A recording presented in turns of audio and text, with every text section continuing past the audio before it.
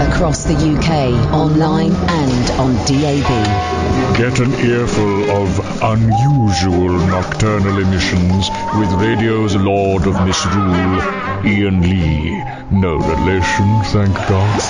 Unfiltered Night Talk with the original king of unconventional conversation. The Late Night Alternative with Iain Lee on Talk Radio.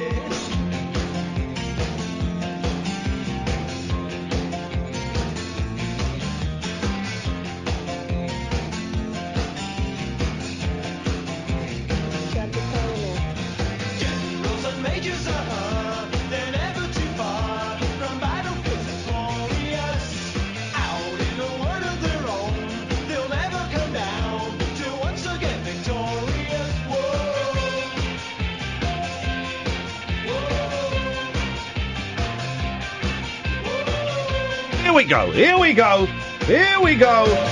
Come on.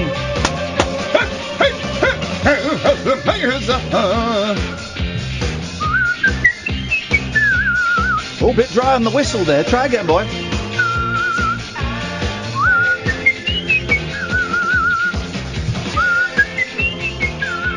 Microphone technique. Yes.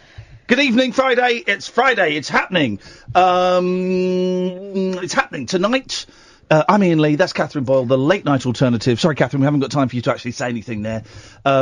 Later on in the show, after midnight, Colin Moulding and Terry Chambers from XTC. They've got some gigs coming up as TC and I. It's a clever name. They're playing the Swindon Arts Centre, man. First gigs they've played since 1982 or 83. And it's fair to say they're cacking their pants. They're terrified, these guys.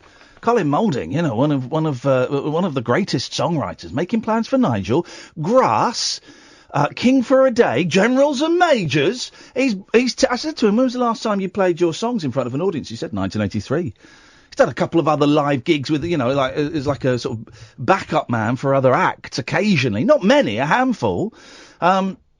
So we hear that it's a kind of a geeky interview. I think you'll dig it. They talk about playing together live for the first time in years. He talks as well. Colin, in particular, talks about his relationship with Andy Partridge and Dave Gregory from XTC. Ain't great. And also, I asked him the question I've wanted to ask him for ages, right? Because you talk about XTC, everyone thinks Andy Partridge, right? There's just a brilliant documentary that's come out about the band called This Is Pop. 70% of the interviews are with Andy, right? Okay, and he wrote the bulk of the stuff, and it could be argued he was the vanguard of the sound of XTC, but Colin actually wrote some of the biggest hits. And I said to him, "What do you ever feel like? What does it feel like seeing Andy get all the attention and you don't?" And he talked about that, and it was lovely. I met his granddaughter as well. His 5-year-old granddaughter is doing the splits in front of me, as 5-year-olds are wont to do. And it was delightful, and people are coming from all over the world to go to the Swindon Arts Centre, a place where I played there. I only drew 30, which is 10 more than Dodgy drew the week before. But they've sold it out. It's a tiny little venue, and it's great, and I'm looking forward to it, and I'm thrilled. And I went all the way to Swindon today. Beautiful drive through Oxford. Didn't go on the motorway. All through the countryside to get to Swindon. Oh, it's delicious. Nice cold water. Oh, lovely. So that is coming up after midnight. But before that, let's go to Barbara. Good evening, Barbara. Good evening, my dear. I've spoken to you once before. Prove it! You're great, mate. Oh, hello. I'm good. How are you, Barbara? Well, I've moved up the list because there's such competition to be a suspiciously early caller. So, well, can I just say, you've beaten Alan Caddick, hasn't she, Alan? Hiya, boss. There we go, you see? Whoa. You beat Caddick, Barbara. Whoa. I can go to Caddick if you want. I believe in ladies first. Okay, he believes in ladies first. What an old-fashionist. Goodness me. Yes. We're not allowed to call them ladies now. Birds. They're Birds. women, aren't they? It's They not are. girls' football. They are sorts. Skirts. Sorry, Yeah. Catherine? Whatever. Catherine is now giving me... Well, I know what comes next, and Barbara doesn't want to hear that one. What one? The George Galloway.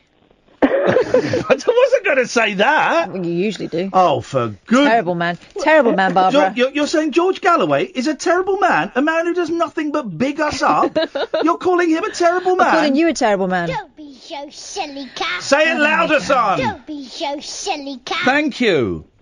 By the way, Barbara, I've got some news. Right. Kath isn't going to be here for the next 2 weeks. Oh, no. But there is some bad news as well. I won't be here the week after. So we've got 2 weeks sans Catarina et un filet de lundi, mardi, mercredi, jeudi, vendredi, dimanche, parler sur non et en lait avec la transmetteur. So where might you be going? J'aime how do you say New York? Oh, really? Sur mon deux frères. Oh, really? Oui. Fantastic. There we go. Catherine, you're Going with your two brothers, I didn't... Yep. Okay. Do your sons know? I thought they were going. I'm going with... Okay, I'm going... There we go. Okay. All right. Catherine speaks French, okay, and I dabble. I didn't... You may be surprised to know, Barbara, I didn't study French, yet I can pass. I noticed how brilliantly you did just then. Merci beaucoup. Except, as a Frenchwoman told me the other day, you can't say merci beaucoup because that means nice arse or something. They don't do that, do they? No. If you say beaucoup, that does mean... Yeah, Frenchwoman told me merci beaucoup. But we just say, thanks very much, and we think we should do the beaucoup thing that we shouldn't do. I think we should because I want to prove that Britain is, despite everything, it will be better after Brexit. It'll be great again. We're gonna make Britain great again. Be great again, and I know that hearing the news recently, there are free and fair and democratic elections all over the world. Yes. They're so wonderful. But Britain is the greatest at electioneering of them all. Absolutely. Why not? Well, the hell not? But Trump, I do wonder because I think he copied you. Oh, Trump's totally ripped off my style. In which way do you mean? I mean, with your wonderful, unique style of maths. And that he's turned it into fake this, fake that. Fake this, fake that. Yeah, and I'm sure he listens to you all the time. I'm sure he does. Barbara, was there... I'm enjoying this ramble down conversation lane. I know, and you gave me the biggest accolade last time at the end of the call saying, what the hell was that call about? Yeah, we go, and I feel that it might get the same treatment. What was the thrust? Why did you... When you picked up the old telephono and dialed the numbers, what was going through your mind? What did you think you wanted to talk to us about? And let's maybe grab that and grapple it with our mouths. Whatever. You know, you do give a little tempter at the beginning. Little jump to it. The show. Yeah, little jump to it. Yeah. But there were things that I wanted to say to you. You've allowed me to say that. Are we done? Well, if you want to, we are done. I know how tonight's show is going to work, Barbara. I knew that if I talk long enough, I'd get an idea. We're going to play... OK, so tonight's show, for the first 2 hours, because the last hour it's XTC, tonight's show is phone-in relay. OK, so a call cannot end until there is another call lined up, and when the first caller wants to... Oh, dear. Was that you, Barbara? No. OK. When the first call is ready to end, they say the name of the next caller, and then they hang up. Like a relay race for phones. So, Barbara, you've got a choice. Instead of the baton, it's the chat on. It's the chat on. There we go. Thank you. I'd have got there eventually. So, Barbara, your call is... You get to decide who's next. It's either Alan, Mark, or Dredge. I'm going to go for Mark, because that's the name of one of my brothers. I know she would. OK, Barbara, you now have to hang up. I will. Goodbye. Bye. Mark, your turn. Le Marc. Sorry? Le Marc. Yes, it is Mark. Hello, Mark. Right, I'm trying to do French here. What are you doing to me, man? You're not... You sound like you've got a cold. I've got a bit of phlegmy. I'm a bit phlegmy, man. You're well, OK, close. You're being Flemish. You're from Belgium. OK, that's close. I'm not a Flemish painter, though. No. Not a Flemish painter. No. So, Mark, you have... actually, well, OK. So what would... Hello, Mark. Good evening. Welcome to Talk Radio, Hello. home of the hits. Good evening, man. Yes. OK. Jeez. Hello. So, hello? Hello. What would you like to say? Bonsoir. It's after 7 p.m. What? Bonsoir. Bonsoir. That's an Australian Frenchman. So what would you like to parlay? Well, I tried ringing you up the other night when it was Sky, wasn't it? And it proper messed up, man. OK. Well, Skype is open now if anyone wants to call in. I've got late night. I'm not doing an advertisement for it, am I? No. Late night alternative. Wow. Ian. People do laugh like that. I thought it was just people in insane asylums in the movies. It probably is, man. It probably is. Yes. And by the way, guys, Mark is an excellent don't do drugs campaign all by himself. There you go. Classic manoeuvre. Yes, OK. Maneuver. Right, anyway. Yes. The question I wanted to ask the other night was... Yes. You ready? Yes. Right. Who would your dinner party guest be? 8 people. That's all you need, man. Well, I wouldn't throw a party. Well, of course you would, man. Well, no, I would. Well, no. If you had to. No. No, like you said, of course you would. I haven't thrown... I have never thrown a party.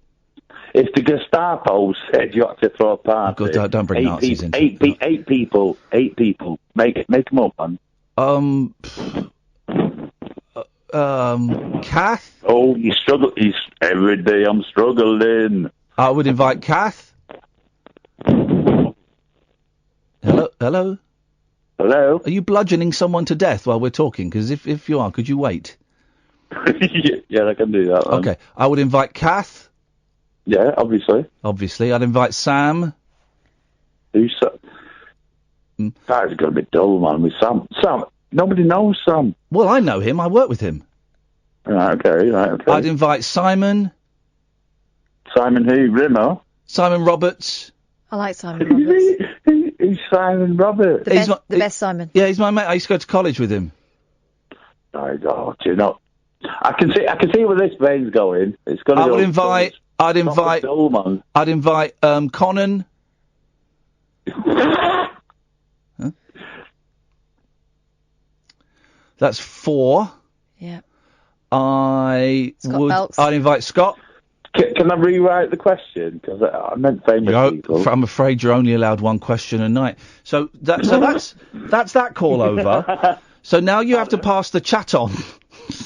You have to pass the chat on to either Alan Caddick or Dredge. Can I give you mine 8 first? Not really not interested. No. I know you're not interested, but can I do it anyway? No. Well, I'm not interested. I know. Let's give you 8 dead quick, and then I'll pass it on. Ian, come on, man! Stop messing about. Okay. Honestly, I couldn't. Why would I care? I don't care if you cared. Well, I do care that you don't care if I care or not. I don't care if you don't care, but I do care. Ian, can we sing it? We'll sing it, man. All right, you sing it then. If you sing it. Right, I'll sing you my 8. Are you ready for it? Yes, mate. Before you do, who do you plan to pass the chat on to? Can you just let us know so we can brace Alan them? Caddick or Dredge? Can you give me some names? Because I've forgot them already. Alan Caddick or Dredge? Dredge, I reckon. Okay. Right. Dredge, you'll be next. Don't cut me off, though. Just say Dredge. Okay. These names, man. You phoned up to ask me which 8 famous people I would invite to a party, simply so that you could tell me your 8 famous people, and now you can't even think of one famous person. I've got 8 here. Well, go on then, sing them. Right. Stuart Lee. Okay. This is Talk Radio. The Late Night Alternative with Iain Lee on Talk Radio. Right, so we're playing. We're having a phone-in relay, but we got a load to talk about. We got some great phone-in stories, DIY disasters. I know it sounds like local radio, but man, you want to hear what I did today. And if Catherine hadn't been there to witness it, you wouldn't believe it. It was a proper Frank Spencer. Yeah, and it was beautiful.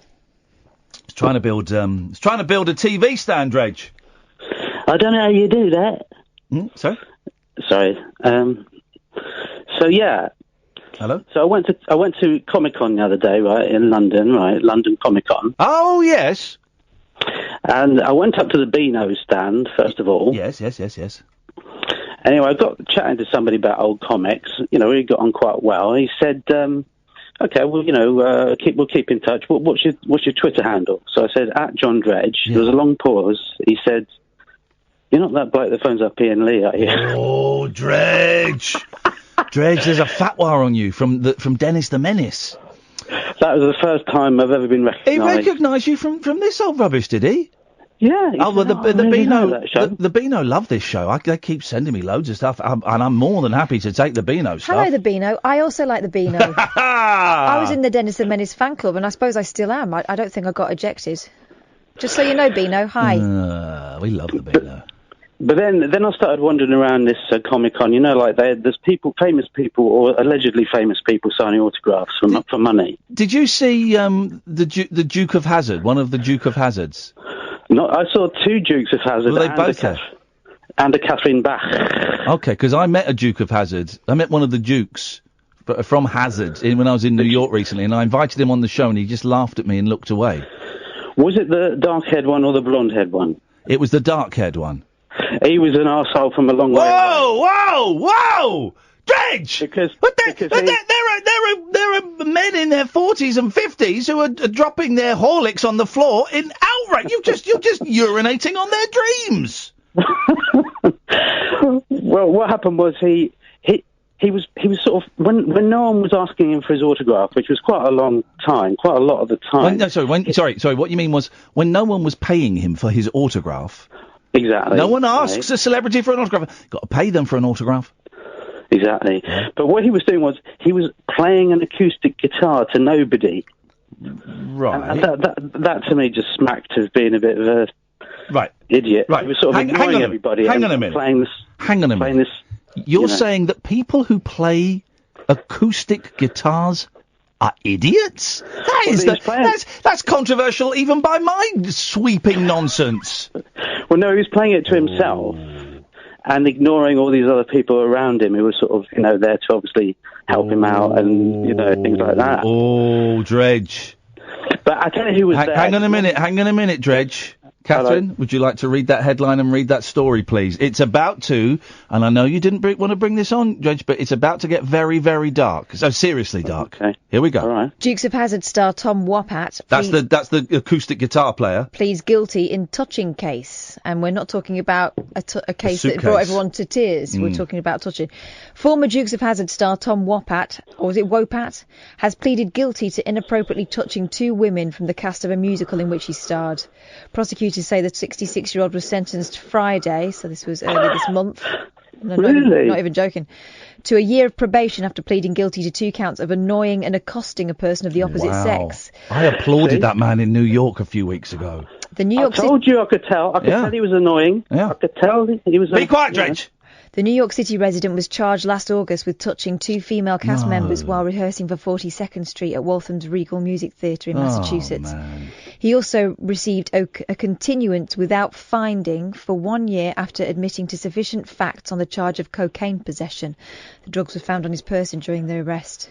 So this is the guy who played Luke Duke in The Dukes of Hazzard. But you could still get his autograph last week. Well, his co-star, John Schneider, who played his cousin, Bo Duke, has been dealing with legal issues of his own. What's Bo Duke been up to? What, jumping over canyons and things? No. Schneider served 5 hours out of a 3-day jail sentence for unpaid alimony in June. Those Duke boys, they're white trash. They're white trash. Who else was there, Dredge? Well, normally I'm not that bothered by these people. They're normally people like man hiding behind tree in Star Wars or something that. People you never heard of. Yeah. Anyway, I was wandering along, right? Yeah. Big sign up, James Caan, not the entrepreneur bloke. Whoa! Misery? Yeah. James Caan was there? Yeah. Shut the front door. He's a solid gold primo movie star. How much was it to get a signed 8x6 picture of James Caan? Well, I looked up and he was sat there. There was a big sign up saying no posed photographs. No, of course not. Right. So I said to the woman, okay, how much is it to get this guy's autograph? Because I was quite excited by it. Yeah. She said, just give me the £45 and you can go up there. I was like, I don't think so. Well, hang on a minute. Stop the clock, as my boys would say. 45 quid ain't that much. It's not that much for a big start. Now, listen, you can argue about the whole paying for autographs and stuff. I've done it. I got Nesmith to sign an album for Michael Nesmith to sign an album for me because I had the other 3s on there. I wanted it. It was 40. I think it was like $70. If I wanted my name on there, it would have been more. And then I paid $300 to get a picture with all 3 monkeys. But so 45 quid for James Caan. Isn't the argument that collectors were going up and getting things signed and then selling them on? No. No, because those are people that kind of hang around stage doors and stuff, and they're the kind, that someone's going to sell it or trade it when you go, okay, what's your name? Oh, no, just sign your name, please. And that's what was annoying people. No, someone realised, and I think it started in Star Trek conventions in the 70s or 80s, someone realised that people that writing their name down on a bit of paper that had been done for free for decades, that some people were actually prepared to pay quite good money for it. So imagine James Caan's there, right? 45 quid a picture. How many do you reckon he did that day, Dredge? 1,000? Loads. I mean, absolutely loads. Say 1,000, right? Possible he did 1,000. 45 grand. And I bet that the star gets to keep all that money. As well as that, he'd have been paid a fee to sit there. Tens of thousands of pounds by whoever put on the event to sit there. Mm-hmm. So they can then say, we've got from the Godfather, we got James Caan. Misery is here. So that he'd be getting, I don't know, I'm going to guess, £50,000. He'd be flown over first class, put up in a top hotel. And it's all a money making. I was going to say racket, but that makes it sound dodgy. It's not. People are prepared to do it. So why the hell not? Well, I was wondering how much I could have charged that bloke who recognised me for mine. Absolutely nothing. Yeah, I was thinking about that. Dredge, I feel it's time to pass on the chat on.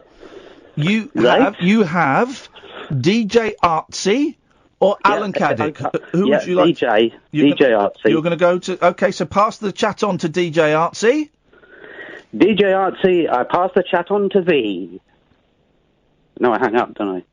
Well, hang on. No, hang on. Dredge, we've got to make sure that DJ Otzi is there. DJ Otzi, are you there? Can you receive? Hey, stop! I'm going to stop you there, DJ Artsy, because we're just checking. So, Dredge, if you could pass the chat on again to him, please. Ashley, can I have Caddick? Okay, yeah, sure, that's not a problem at all. Right. Caddick?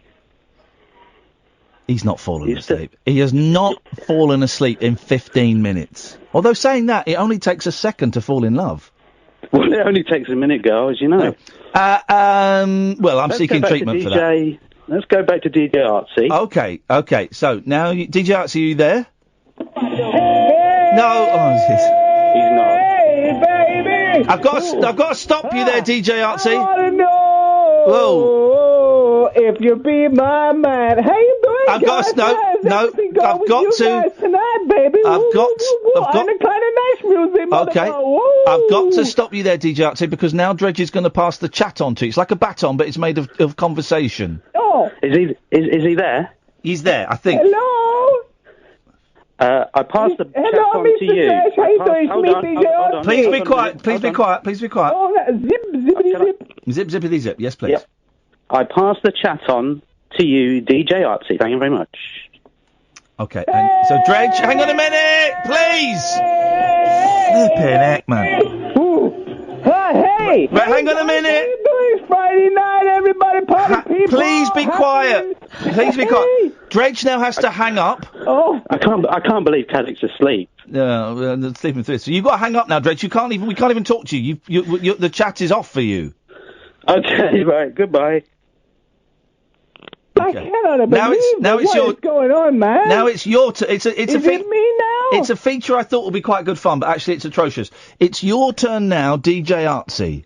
No, my name is not DJ Artsy. It's DJ Artsy. You remember me, Iain? Me and you wrote a record in Vienna. Yes. Many years ago. About 20 years ago, I think I bought it.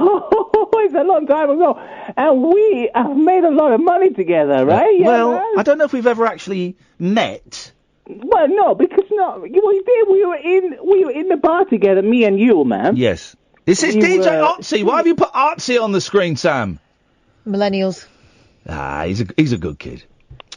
And listen, he was singing the song, man. Yeah. Yes. He was singing the song in the room. Who was? Your friend who answered my phone call from Austria, man.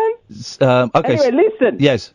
Listen. Very important night. It's a very hot Friday night. Everyone's brains are fried. No. Party time, man. I'm the kind of Nash music, man. Okay. Ring a ding dang dong. Yes, it's Friday night. Don't do that, man. Don't bring the party down. No, the party is. By the way, 0344 499 1000, because someone's got to take this baton, the chaton, off of DJ Otzi. And I think Alan is still. He's asleep, man. Are you asleep, Alan? I'm still here, boss. Okay, he woke up.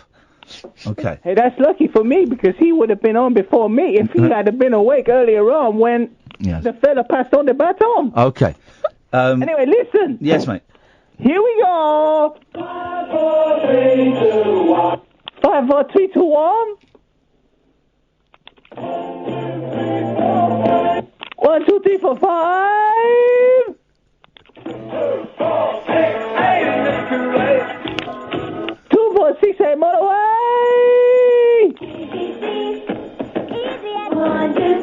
1, 2, 3. Are you ready?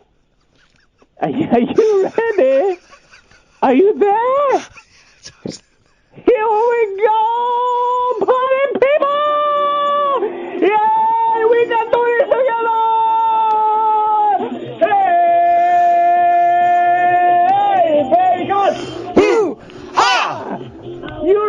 You guys remember wrote this together in that pub in Austria, man. Okay. You got no more number songs? I got no, man. Okay. I'm trying my absolute best here, man. There's a Paul McCartney song on Driving Rain that has. No, I don't know that album, man. Listen, man. I was live in Austria last year. I did live gigs, and you said you were going to come, but you didn't arrive for me, man. Yeah. This is like party people time, man. It's Friday night. Let's do this, yo! If you be my girl. 2, 3, 4, 5, 6, 7. 2, 3. I was the king of the numbers. Hey, listen, right? Who am I passing the baton on to? Hang on a second. I just want to prove that I'm right at something. Hang on. Okay. Hang on a second. Let's try. Okay. Let's try this. This should. Hurry up, Ian. You're sapping his party. No. This is my part. I have a party going on here, man. Okay. Well, hang on. Here we go. I'm the kind of Nash music, man. Hang on a minute. Hang on. Here we go. Here we go. This should do it. This should prove I'm right. 1,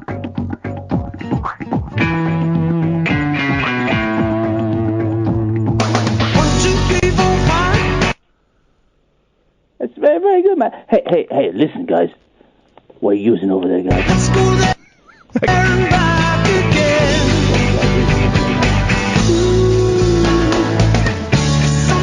What was that, DJ Otzi? I said, hey, what are you guys using over there? Yeah. What are you using? I'm using my Mac. I'm getting on YouTube. I got that song from YouTube. Hey, that's where I got my stuff from. Would you like to pass the baton on? Yes, please. To Sam? I think so. To Sam or Alan Caddick? I think it's about time we heard from Alan Caddick. Over to you, Alan, if you're not asleep. Thank you very much. You've got to hang up now, DJ Otzi. Okay. I tell you what, it's too hot. That's what that phone call was a reaction to. It is too hot. Today was too hot. Today was way too hot. It was horrendous. Certainly was. Yes, Alan. It certainly was too hot. Wasn't it? It was, though. Have you moved into the farm yet? Oh, hang on. Right, stop that. Right, yes, Alan. Have you moved into the farm yet? I moved into the farm on Wednesday. Have you started unpacking? I've done a little bit of unpacking. I've got some men coming tomorrow to put together a desk and a bookcase for me. Today, here's my DIY disaster, Alan, right? Yeah. So I bought a TV stand. Most furniture, you've got to build it, right? You've just got to build it, and I hate it. I've got to build a CD rack, but I'm going to see if these blokes tomorrow will put it together for me if I give them a few quid. But I got a TV stand. I had to put together a flat pack, they call it. And I thought, well, that'd be quite straightforward to do, right? It's nice plain white thing, couple of shelves and a couple of doors on it, right? Yeah. So I did the bit, and I did the first bit, the big long bit, and I did the next bit, and I did the next bit. And then it's got a base, quite a big base, and you've got these, they're not coasters, but they're sort of plastic mounts that you put 8 of these plastic mounts on the base so that when it stands on the floor, you can move it around a bit, right? They're not wheels, but it's just, So I got this thing there, and Kath came round just to kind of help with, help. She very kindly brought me some crockery and stuff, and so she was helping with that. What a nice house guest. What? Well. Then I sat on a beanbag and supervised. It was great. Well, then you cleaned my toilet off. Well, I mean, God. I'm a single man living alone. I wasn't going to use it like that. I've got 2 other toilets on the farm. One of them is a pot. So Alan, I've got the base of this TV stand on the floor, right? Yeah. And there are 8 of these plastic little lumps that you've got to screw in with the nails. And it tells you, screw in the little things that are G with the nails that are 6. So you can look at the thing, you get the thing. So I've got these big nails, and I'm screwing it in, right? Screwed it in. It was half hard, because I thought, well, maybe it's got to be tough, because it's got to be steady. This is what is going to keep it steady, right? So I'm screwing it. And it took me about 10 minutes. Kath came in. I had sweat pouring off me. Took 10 minutes to screw the first one in. There's 8 of these things. I'm thinking, jeez. So I get on to number 2, right? Yeah. It takes me half an hour to do 4 of them. That's half, right? Okay. Screwing in these little plastic stubs, right? And I thought, well, for number 5, I'm going to employ a different technique, right? I'm sort of going to lie on my side on the floor. So it's on the floor. I'm going to lie on my side on the floor, my left-hand side. So my right-hand side, the pressure is on my right-hand side, and it might make it a bit easier. Give me a bit of purchase, right? Yeah. So I got the stub and put it on the base of the thing, and I got the nail, and I put the nail in, and I thought, hang on a minute, something's not right here. So I put the nail out, and I was looking at it. And then I got the nail, and I stood it up next to the piece of wood I was screwing it into. Yeah. Do you know what I found? What you find? That the nail was about 3 times the thickness of the piece of wood. Uh-oh. So I'm going, So then I tried to lift up the base of the TV stand that I'd screwed 4 nails into. And do you know what I'd done? What did you do? I screwed it into the floor. Oh, no! This lovely wooden floor, right? In this cottage that has not been touched in years. I'd screwed 4 massive, 3-inch screws into this thing, and I couldn't lift it up. And I said to Kath, you don't know, you're not gonna... I was really embarrassed because Kath was sat there. And I said, you're not going to know what... She said, what, have you done it upside down? I said, no. She said, have you done it back to front? I said, no, watch this. And I tried to lift the thing and it wouldn't move. No, but on the upside, your telly won't go anywhere, will it? It was screwed to the floor. So I had to screw everything. And the screws I was meant to use are like tiny little ones that went in really easily, of course. Because it's only the little plastic stubby bits at the base of the thing. Oh, no. I've ruined the floor. I thought you took it very well. Well, I had to because you were in hysterics and I couldn't have done what I wanted to do, which was to F and Jeff. Otherwise, I'd have looked like a bad sport. So I had to pretend that it was fine that I'd wasted half an hour and had lost £3 in sweat.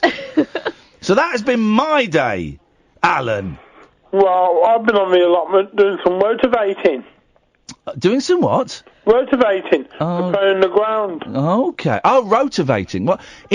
No, mate, not in this temperature. 1, you'll die. 2, the ground is solid. No, we had a bit of rain early in the week, and that softened it up. Really? Everywhere else is dry as a husk. Well, we had a little bit of rain, and that was just a job for softening the ground. Okay. Well, that sounds like you've had a great day, Alan. Who's next? Well, that's your choice. That's Give me the options. The options are Sam or Brunella. Sam, you up? Okay, you got a hand in the... Right, Alan, you've got to hang up now. Right, and Sam, you've got to stay there until after this. The Late Night Alternative with Iain Lee. On air and off the leash. On Talk Radio. Okay, so we're doing phone-in relay. You phone in and you talk, and then you pass the chat on to the next caller. Now, what that means is, if there's no caller next, you can't go. You've got to stick it out. But we went to Sam before the break, and Sam, just to let you know... Sorry? Hello? Just to let you know, Sam, that after you, and I think that'll be quite soon, we've got Nigel or we've got Brunella. You sure it's not Prunella with a P? It's Brunella with a B. Okay. So, Sam, what would you like to say? Well, this is the first time I've listened to your show. Okay. And I thought, you want your money back? No. I'm quite a fan. Actually, I listened to it for about 5 minutes when you were talking about Meghan Markle's dad the other night. Yes. And I was giggling when I was listening to you. Okay. And I thought I'd give you a call and just say hello. I think it's a great show. Hey, thank you, Sam. So hang on a minute. How did you discover this show? I'm always intrigued because there's not much advertising for this station. How did you discover it? I've got DAB in my car and it just appeared. And I was driving home from work and I heard your voice. Oh, I like that. It just appeared. And that is because we have actually spent £25,000 on ghosts to go around and retune people's car radios without them knowing. Spooky. That's why. But I've got to say, it's great. Are you in the Indy 500 or something? or at Brands Hatch? Wacky races. What is going on there? I don't know. I'm in the West Midlands. It's all a bit odd. Oh, I know the West Midlands. I worked in the West Midlands for a while. I know. I dig it there, man. It's kind of cool. Whereabouts? How? Well, I worked at the in Birmingham what do they call it? The post box, the mailbox, the mailbox. Yeah. But I used to drive up there every Friday and then come back on a Saturday. I used to love it up there. Great food. Found a great Korean restaurant. Beautiful. Oh, you can't beat a curry in Birmingham. Yes, loads of curry houses all over the place. Yeah. Loved it. And I always also found everybody was lovely, apart from the bosses at the radio station. Everybody was lovely to me up there. I was always made to feel very welcome. I think it gets a bit of a bad name because of the accent and, and there are parts that aren't. Oh, the accent is hideous and the area is a dump. But no, I'm joking. No, I think it does. But then a lot of people, Liverpool gets a bad rap and Manchester kind of gets a bad rap. Places do, and it's kind of snobbery and it's rivalry and all of that stuff. But I love Birmingham. I had a great time. I worked there for a couple of years, Fridays and Saturdays, and I loved it. Oh yeah, it's brilliant. It's I can't knock it, and it's I work in Birmingham, and it's just any time of the day you go out, it's full of culture and it's friendly. Yeah. And, it's fine. So how are you coping with this heat? It was too hot today, wasn't it? Well, it wasn't that warm here. Oh. It was quite overcast. That explains the rotivation. Yes, and I was in the pub this afternoon. Yeah. And it was cloudy and overcast. Oh. So it wasn't very good. Oh, mate, well, sounds like you've had a nightmare. Well, I was in the pub, so it can't be that bad. Tell me you've got a few bottles or something in the fridge for when you get home. Yes, some Parma Violet gin. Parma Violet juice? Gin. Parma Violet gin? Yeah. Yeah. That is disgusting. I mean, I don't drink anyway, and I was never a gin head, but that is disgusting. I love gin, but Parma Violets is like soap. Oh, no, it's lovely with lemonade, not tonic water. Okay, well, it's just making it a bit classier. Sam, have you got anything else to say, or are you going to pass the chat on? I'm going home. You can either pass the chat on to Nigel from Maidstone or Brunella, your choice. Brunella, she sounds exciting. She does, doesn't she? All right, Sam, you have to hang up now.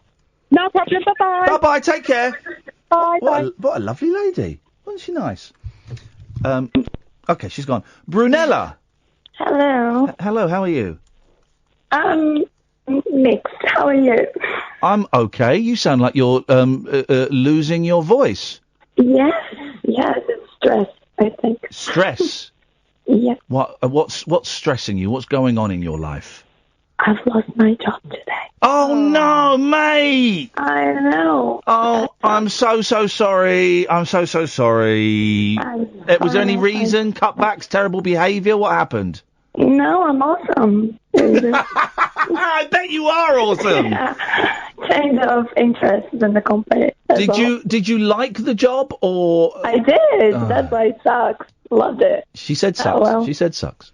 Where is I'm trying to place your accent, and because your croaky voice is just slightly clouding your accent. Where are you from? Brazilian. Brazilian Brunella. Fantastic. Yeah. Well, I suppose you came over here for the weather. That would be that. Oh, of course. Of course. Actually, yes. So what have you called in for, Brunella? What can we do for you? Well, because this is the first time ever I heard your radio show.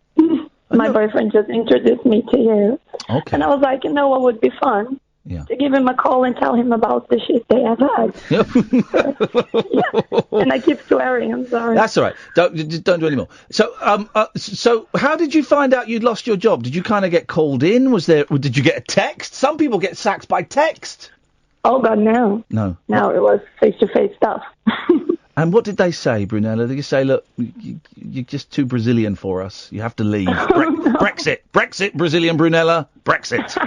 Oh, it's Brexit. I'm also Italian, though. So. Huh? No, it's just change of interests, and our division became useless.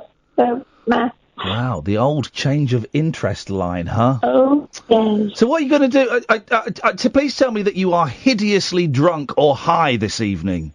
No, I'm not. I'm neither. I'm just recovering from a bad cold in that stage where your voice just leaves you too good. So, yeah. That sentence kind of just drunk or high. No, just. Okay, well, what can we... I feel we ought to do something, Catherine, to cheer Brunella up. I need to teach you some Portuguese. Why don't I teach you some Portuguese? You want to speak to some Portuguese? She wants to teach you some Portuguese. No, I want to teach you some Portuguese. Well, I tell you what. Well, Catherine, do you know any Portuguese? A little. Hang on, Brunella, because Catherine is a linguist. She's excellent at French. She's excellent at Spanish, and she's got one of those brains that can kind of sort of work out Latin-based language. Well, I did Portuguese at university for like 3 months. Please speak. I'll get some appropriate music. You guys speak. I only know things like A Senhora Santos. Mrs. Santos. Oh, Portuguese from Portugal. Okay, yeah. So we have to speak slow to me. And what else do I know? Falas Português? Yes. No, in Brazil, that would sound like Fala Português. So it sounds exactly the same. No, it's clearer. This is the problem. No, it's different, yeah. The problem I had with Portuguese is I speak Spanish, and so it looks like Spanish, but then when they used to speak it to me, it sounded like Russian. They ate all the words. Oh my God, yes. Everyone says that we sound like we're speaking Russian when we're speaking Portuguese very fast. Oh my God. It's giving me World Cup flashbacks. I don't like it. Great theme tune. So tell us something in Portuguese that will impress our friends. Oh my God. You can say, let me think. Let me have a think. You can complain about the weather in Portuguese. That's classic. Yeah. Está quente. My crooked voice doesn't help. Está Genki. Quente. Hoje. Está Genki hoje. So it's You're basically saying that it's hot today. Está Genki hoje. Hoje is like hoy in Spanish, which is today. Yeah. Hoje is Hoje, which is today. Yeah. Yeah. Genki means Genki means are you okay in Japanese? Is it? Genki desu ka? Does it? Well, you know the Japanese word for thank you comes from the Portuguese word. Konnichiwa. Arigato. Obrigado. No. Yes. Really? Yes. So what does Genki mean in Portuguese? Genki. How'd you spell it? Hang on. She's go on. She's trying to translate it. Come on. Genki is hold on. I need to have a cough. You have a little cough. Genki means hot. Hot. It's Kuente. Oh, that's a very dangerous spelling. Kenti. That's a very dangerous spelling over here. Wowzers. What are you doing for this weekend, Brunella? How are you gonna lift the blues? Oh my God, I'm so rock and roll. I'll probably watch Christopher Robin in the cinema. Oh no, don't. It looks awful. No, don't. It's had the reviews have come out today. It's had terrible. God, it's had terrible reviews. With bad reviews. The worse the review, the better the film. I've seen Mamma Mia too. It's reviewed, great film. Oh well, she's freestyling. She doesn't care about the reviews. I think all the films at the moment are a bit ropey because we went and saw the Ant-Man and the Wasp, and I liked the first one, and I thought the second one was all right. It was a bit of fun. It was all right. The Christopher Robin looks awful, and it's had terrible reviews. Well, but it's got Winnie the Pooh in it. How can you not love it? Because actually, I found Winnie the Pooh quite boring. I've always my kids like him. I've always found it dull. Well, I hope you enjoy it. Listen, Brunella, we have to pass. Thank you. Who is your boyfriend? Has he ever called in before? He has actually. He's listening to me and probably laughing. Who is this guy? Called Tom. Tom. Yes. Tom, do you know? Give him a shout. We've definitely spoken to a Tom. Well, hey Tom, big up yourself. He probably called when he was like 15, so. Okay, right. Well, we prefer you anyway. Well, Tom's, well done, Tom. Should I choose who's next? Right, yes. Well, you've got a choice between Nigel or Nigel. Oh. Is any of them the Farage? Because I'm not choosing that one. There's no Farage. They're both Nigel from Maidstone. Oh, so Nigel won. Nigel won. Okay, you've got to hang up, Brunella. Thank you for your call. Okay. Thank you. Bye. Thank you. Bye-bye. Thank you. Hang up. There we go. I like her very much. Yeah, we're getting some really cool new callers. And sorry, Skype, I'm ignoring you. We'll come to you after the news, I promise. Nigel from Maidstone. Oh, hi, Ian. Hello, Nigel. What's the latest? I've been back to see Mum twice today, but the second time I went back, she was in so much pain that I couldn't stop. No. I had to tell the doctors to give her some painkillers. Yeah. She hardly recognised me. When she was looking at me in a dream, she couldn't really see me properly. Because I think the pain was affecting her eyesight and stuff. And, it would do, yeah, it would do. she was delirious and that type of thing. I'm really sorry, buddy. Well, I saw her earlier on. The first time I went to see her, she actually was talking to me a bit. Yeah. But she was still in some pain. But she's got this sort of a serious thing on her bottom or back. She's got bed sore. Well, it's worse than a bed sore. It was an ulcer. I think it was an ulcer. And they have to keep turning her over. Yeah. They keep turning her to get rid of the pain. But I'm hoping that the pain's gone off a bit now. Yeah. You know, or well, something. she's in the right place if she's got an ulcer like that. Do you think if they can control the pain, that she might get better? Nigel, I wouldn't like to say, mate. I really don't know. I've got to say hello to my friends in Tunbridge Wells. Okay, well listen, you stay there. Can you come back? If you stay there and we'll talk to you after the news, is that all right? Song as well? Of course you can, mate. Yeah, fine. We'll speak to you in a little bit. Now, lovely clip of Nigel. Nigel's mum's very poorly at the moment, and he phoned up last night to sing a Miley Cyrus song for her, and it got us, genuinely, it's not even me doing a piece now, it got us all, you know. There's a clip of that floating around. Nigel's gone viral. We'll speak to you in a bit. 0344 499 1000. This is the Late Night Alternative with Iain Lee and Catherine Boyle on Talk Radio. The Late Night Alternative with Iain Lee on Talk Radio. We have ways of making you talk.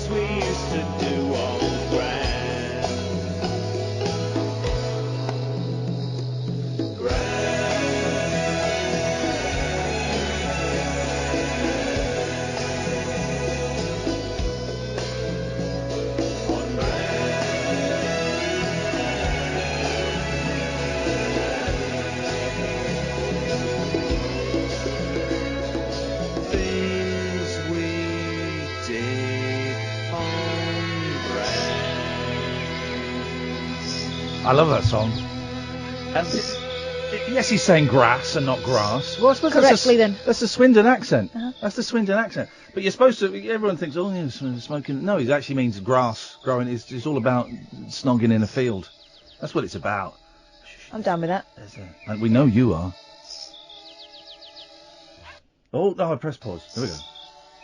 This XTC, by the way. Colin Moulding and Terry Chambers on after 12. If you want to treat yourself, if you want to hear an album of pop masterpiece, in fact, it's going to be the first album when I get my CDs out. First album I'm playing in my new house. Although on my dance set record player today, I had the best of John Denver. But the Skylarking by XTC, what a record.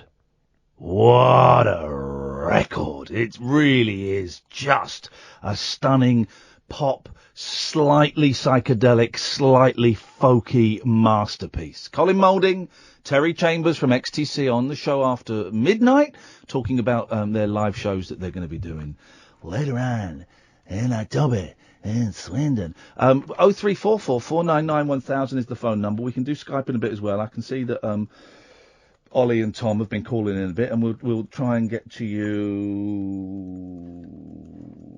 We'll try and get to you in a bit, but Nigel is on at the moment. Good evening, Nigel! Oh, but hi Ian, back again. Back again. I wanted to say hi to my friends before I forget their names in Tunbridge Wells. Good friends, huh? The ones that watch me when I sing on the bandstand. Okay, well you can phone them up. Well, they're listening to the show. Oh, are they? But yeah, they're listeing to 3 more people listening to the show. Well, do you know what? That almost triples our audience. Yeah. So it's hi to Alex and Sam and Jake. Strong names, Big good up yourselves. names. Big up yourselves. I don't know. Well, the girls weren't there this afternoon. It was just all boys. All boys. The girls. Boys club. Boys club. Boys club. It's a cafe called Woods on the Pentiles. Woods on the Pentiles. On the Pentiles. Pentiles. Do you know, Mum's got so much stuff. I really don't know where. If I had to move, I don't know where I'd put it. Because I kept buying her presents, you know. Yeah. Like I do, loads of dolls and teapots and... Oh, was she a teapot collector? Yeah, I've got 200 for her. Flipping heck, Nigel! Yeah, that's a lot of tea! And it's so sad. It's so sad, isn't it? Because, you know, she wanted to get back to her stuff, and I hope she does. She gave me a wedding ring, and she wanted me to wear it, you know, from Dad. Well, that's a lovely... So we can... It's a goal to keep it so that we'll never be apart. I do feel so sad, because I know it's going to be really hard for her to get better. But, but there's always a chance, maybe. If you can get rid of the pain, the pain is what's called running her down, you know. Well, there was a lot of love for you on Twitter, because you know you sang that... what's this viral thing mean? Well, you know that you sang that Miley Cyrus song last night? Yes. Well, the boffins at Talk Radio, because we got cameras here, they filmed it. Yes. And they put it on Twitter, and it's had something like nearly 2,000 views. And does it go on YouTube as well? No, it might go on the Talk Radio YouTube channel. Well, can I get it on Twitter somehow? Are you on Twitter? Yeah, well, Nigel Reader Free is my Twitter. Okay, well, if you go to @Talk Radio and scroll down, it's one of the videos there in their feed. Well, could you transfer it to Nigel Reader Free? Okay, okay, sure. Nigel Reader Free is my Twitter name. I'll take a break from doing this live radio show to find a video clip.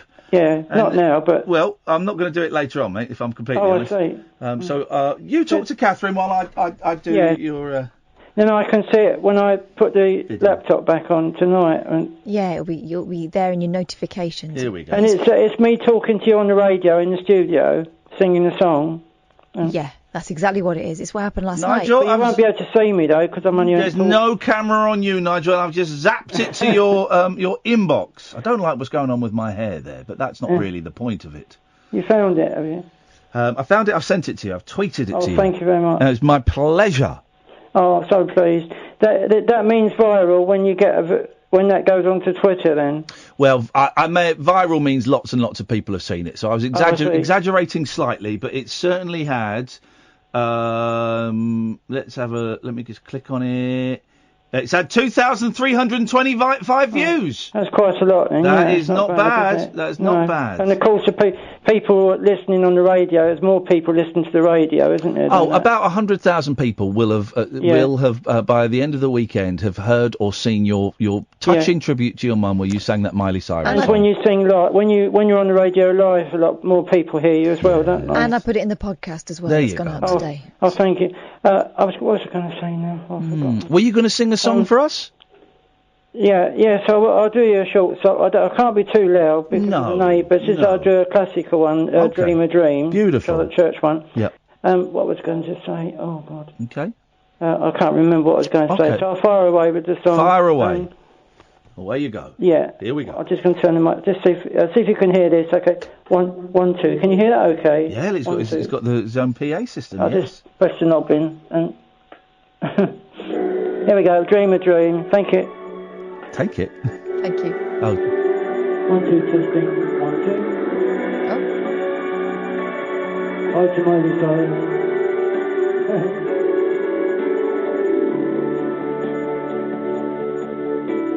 When the night is still, the music's a little bit too loud. Nigel, we can't hear him. Well, I don't want to just fade him down a bit, Sam. So he's still there because I don't want to, to cut him off or anything. But the music's a little bit too loud. It's tricky to get that mixing done. Yeah. It's tricky to get that mixing done. He won't have a roadie there, will he? So. Funnily enough, about 2 months ago, my son asked for my wedding ring. He said, "Can I have it?"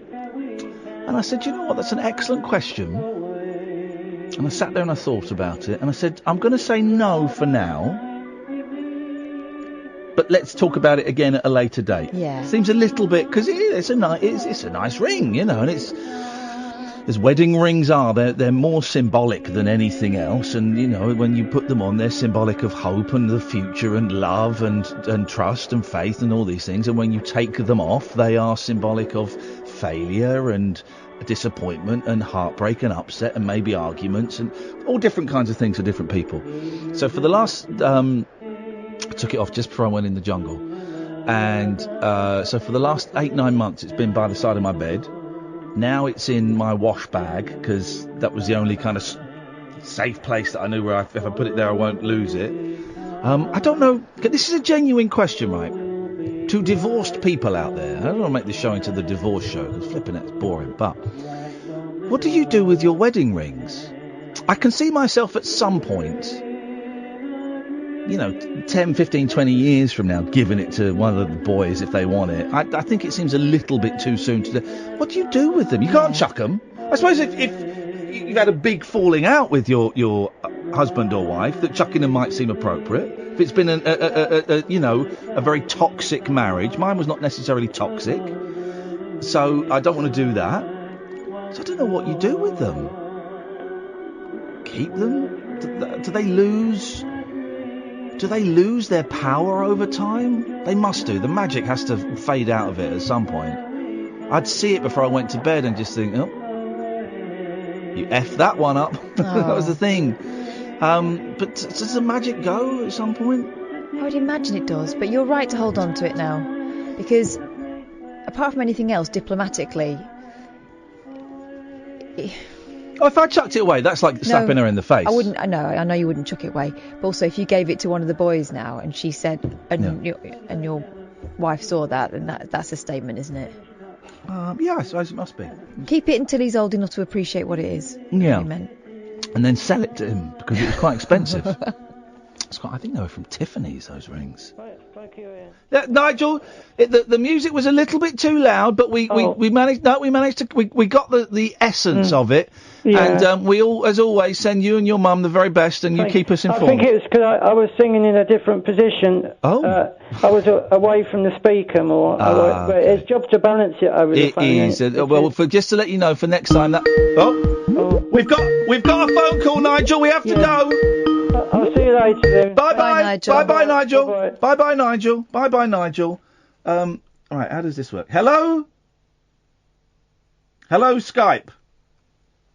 It says here that we've got Keith and the girl on Skype, but yet they are... Are you talking to us? Uh-oh. Idiots. Absolute idiots. It's America. That's America for you. That is America. These are the people that are going to lead us into Armageddon. They can't even work Skype.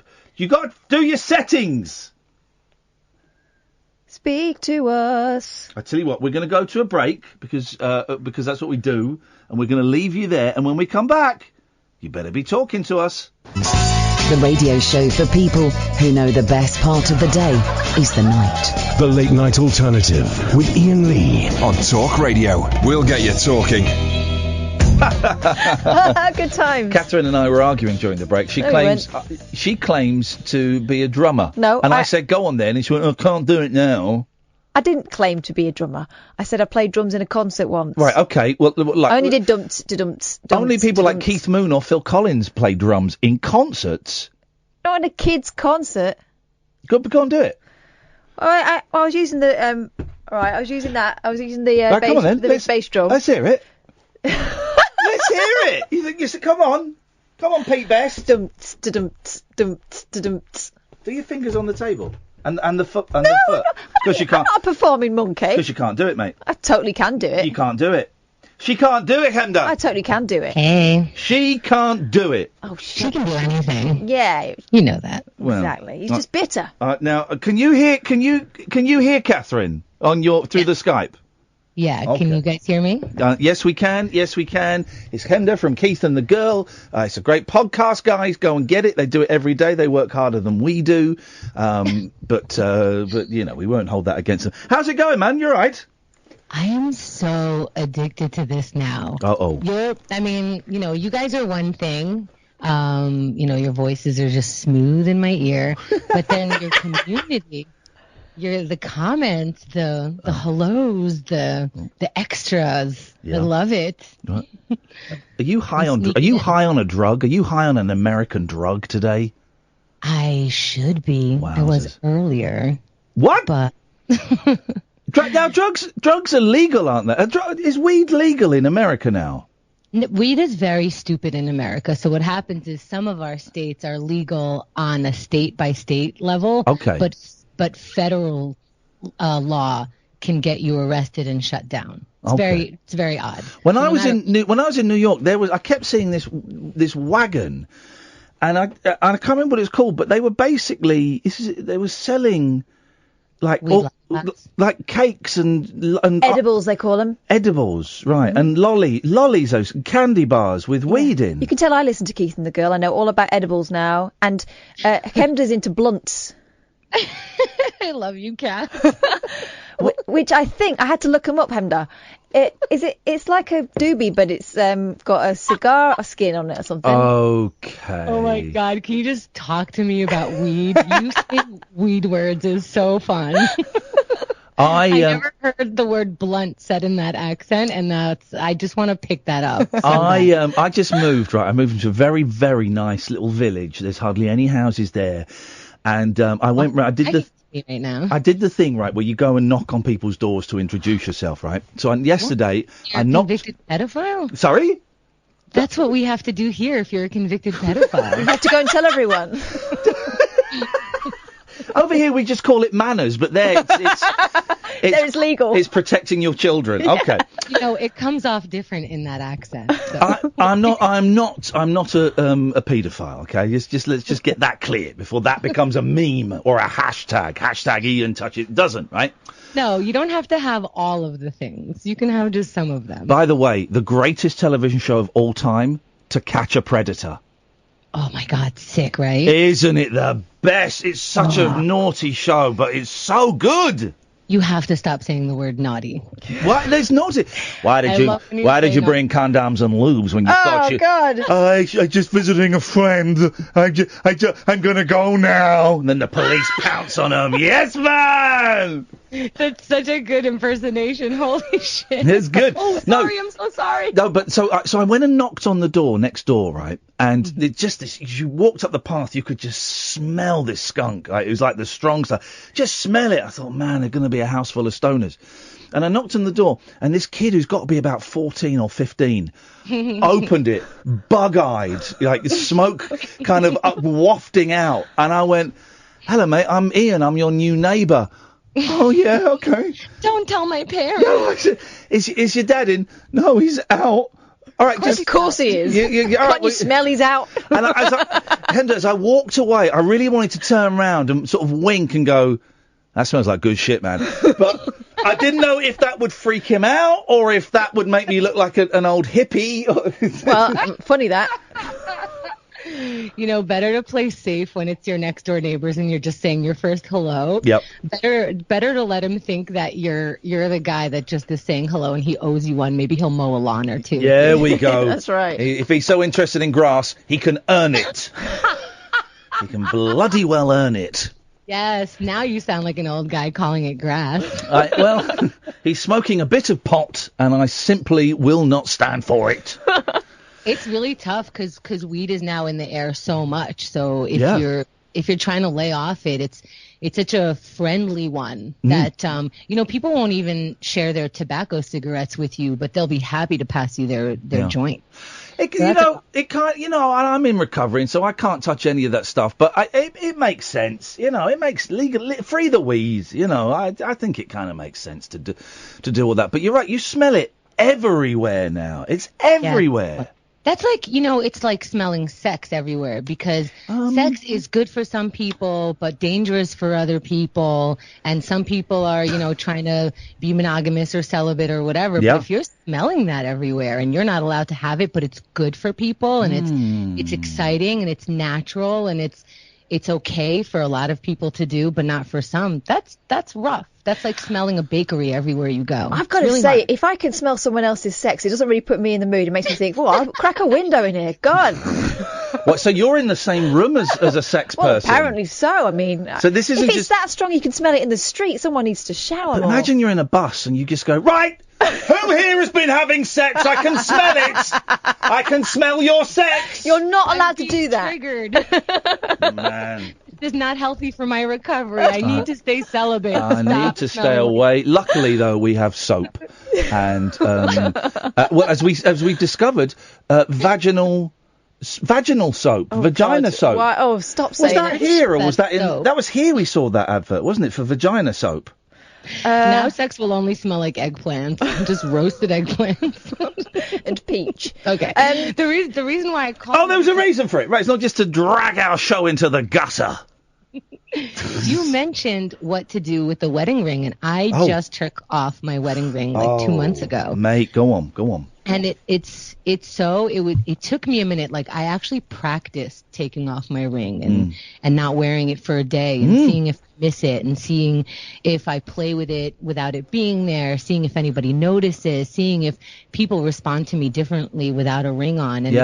And it's very weird to say this, but it was a little scary for me. Yeah. It was such a big representation when you put it on that when you take it off, it's like there almost should be a ceremony. You should have friends around you, just like you did when you were getting married. You were declaring marriage, declaring my one and only, declaring that you guys are here for me and this person.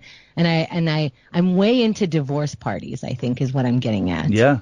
Yeah. And I think so because it's. I think I might have said this when I was over there. That divorce is this word that we kind of throw. Oh, such and such has got divorced. Oh, divorce is so easy these days.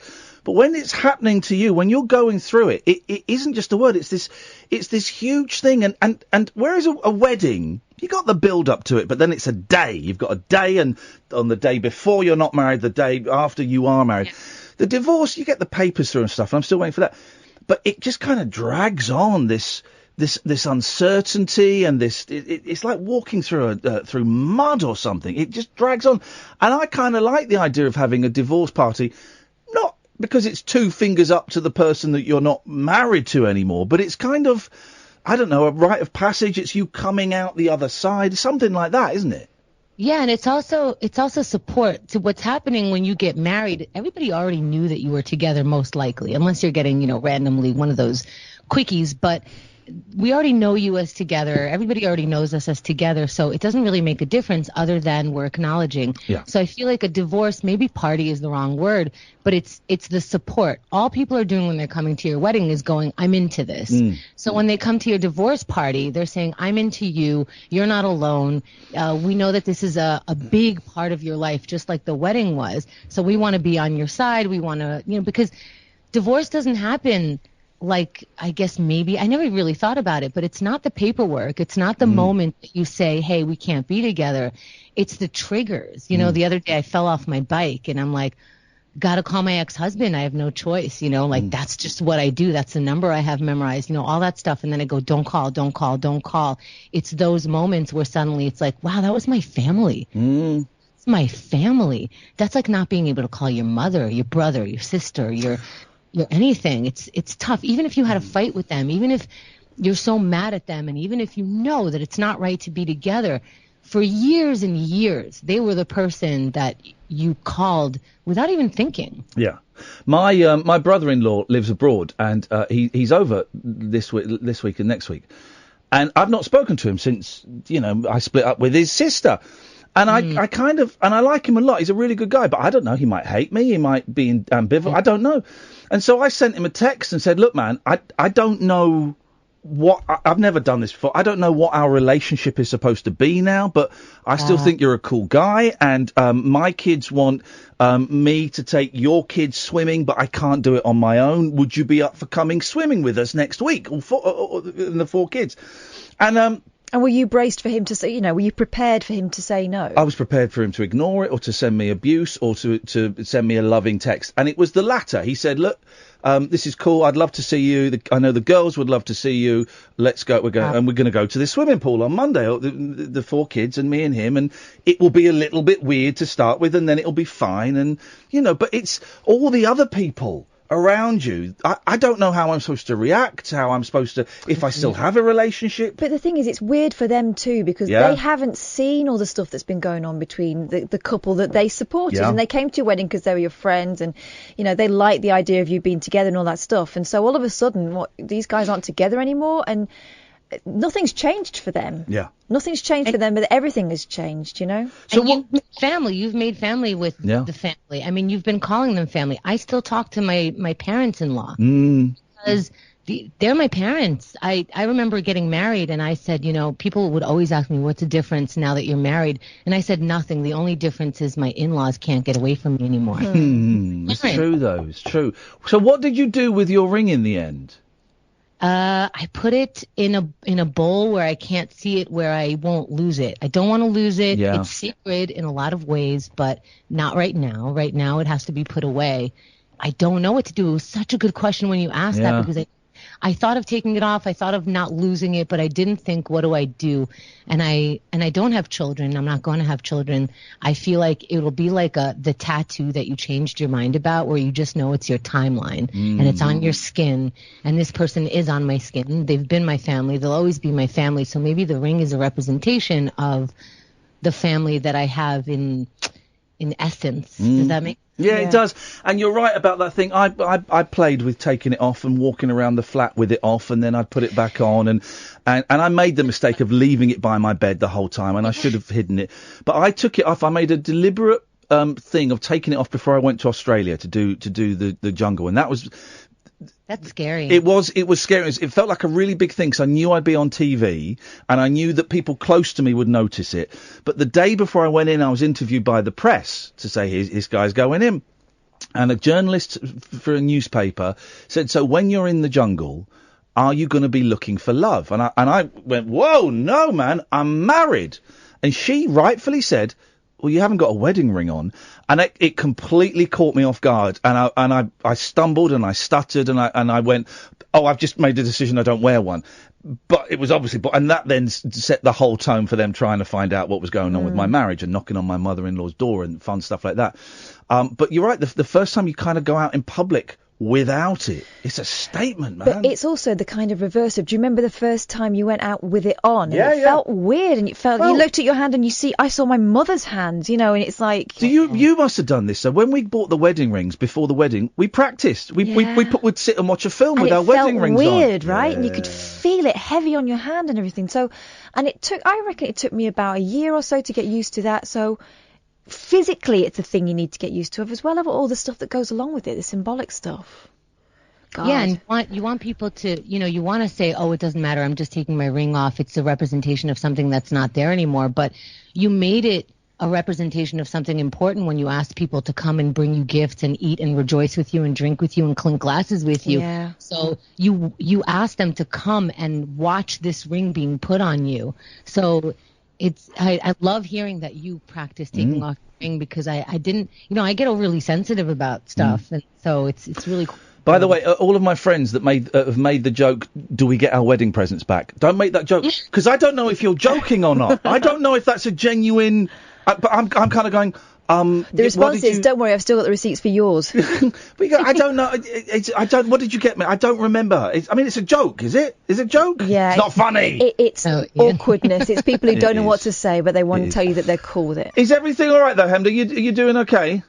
I'm doing all right. I smashed my face into a car the other day off my bike. Oh, man. And started bleeding from the face, but I'm okay now. The old face bleed. Wow. The worst. Yeah, and I'll be talking about this on Keys and the Girl. My audience actually doesn't know what happened, but I smashed my face into my bike lost control, smashed my face in. As I was bleeding, someone stole my phone. No! Oh, man! Yeah, people who were helping me, who were like, hey, we found your phone. It's okay. And I was like, well, my hands are full of blood, so I can't take it. They said, we'll put it in your bag. And then they didn't put it in my bag. They ran away with it, turned it off, and started using the credit cards. Wow, what scumbags. That's terrible, man. I'm sorry. It was the worst. But on the upside, I was listening to today's Keith and the Girl, and you've got an offer of a very exciting older gentleman who wants to meet up to hook up and then decide what you do. That's what he said. I want to hook up and then decide what we do. Wowzers. He sounded like quite the catch. I'm such a lucky girl. What a romantic. He's throwing his half-hearted penis at me. He's just like, I'm 61 years old, so I might not be able to get it up, but you're kind of a lesbo anyway, so. He actually said that. He said, you're mostly lesbian. He decided that he just... Also, the proud boast of, you're mostly lesbian, I can probably match a woman. I thought, I bet you can't. Wow. Wowzers. And if you want to hear more of this messed up filth, keithandthegirl.com, or go to iTunes and Keith and the Girl, or go and have a look at the website and see how you can support it. And it's a terribly wicked show, but we love it. Hey, it's nice to talk to you, Chemda. We love seeing you pop up on Twitter and on the YouTube, and you call in whenever you want. Thank you guys for keeping me so sane. I just turn you guys on. I just like, oh my God, I know what time it is in London now, or in England, or wherever you guys speak funny. So I'm really glad. Hey, you do the same for me. When I drive in and out, I listen to you guys. I'm going to cut her off. She's being rude. She's gone. She's gone. I'm not having that. They're brilliant. I'm not. How would you rate this call? 1 star. That's what we're getting there. Outrageous behaviour. So something happened yesterday, that I want to talk about, but I've got to talk about it delicately because I don't want to give away who I'm talking about. So I'm going to you know this story. So I'm going to change some of the details because I don't want to embarrass anybody. Is it about the doctor? Yeah. Okay. So I'm going to change some of the details and make it a little bit vaguer, but the essence of the story, the text of the story, the conversation is going to be the same. But where I live now, there's a really good shop that I think I'm going to be going to quite a lot because it's a nice place to hang out. And they do nice coffee. It's like a cafe. It's a nice place to hang out, and it's got good Wi-Fi. And I think I'm going to be going there a lot, okay? Because there's not many options there, the places to have a coffee, and this is a good one, right? This is one of a couple. So now, the old lady that works behind the counter is delightful, absolutely delightful, and we had really good chat. Okay, the first time I was there, we had a really, really good chat. And we just talked about the area, and she told me all kinds of bits of... Old lady, probably in her 80s, told me all kinds of stuff, and we talked about animals, and I talked about the dog who's staying with me, and Velvet, and, we had a nice chat. It was lovely. I thought, what a delightful old lady. This neighbourhood really is wonderful. So I went back there... Was it yesterday? It was today. It was today. Went back there today, and we got chatting again. I said, oh, you can tell me this. You live round here. I need to register with a doctor, right? Where is there a good doctor? She said, there's a couple of surgeries. This is the one I go to. It's really good. And opposite it is a dentist's. And I said, oh, okay, I should probably register with a dentist. I think they're a bit of a scam, but I should register. And she said, it's private, but I've been there for years and I wanted to stay there. I said, OK, well, I'll go and have a look at it. She said, there are 2 dentists working there. OK. There are 2 dentists working there. I go for the woman, but there's also a man. I'm thinking, this is weird. OK. She said, I really like the woman. I do like the woman.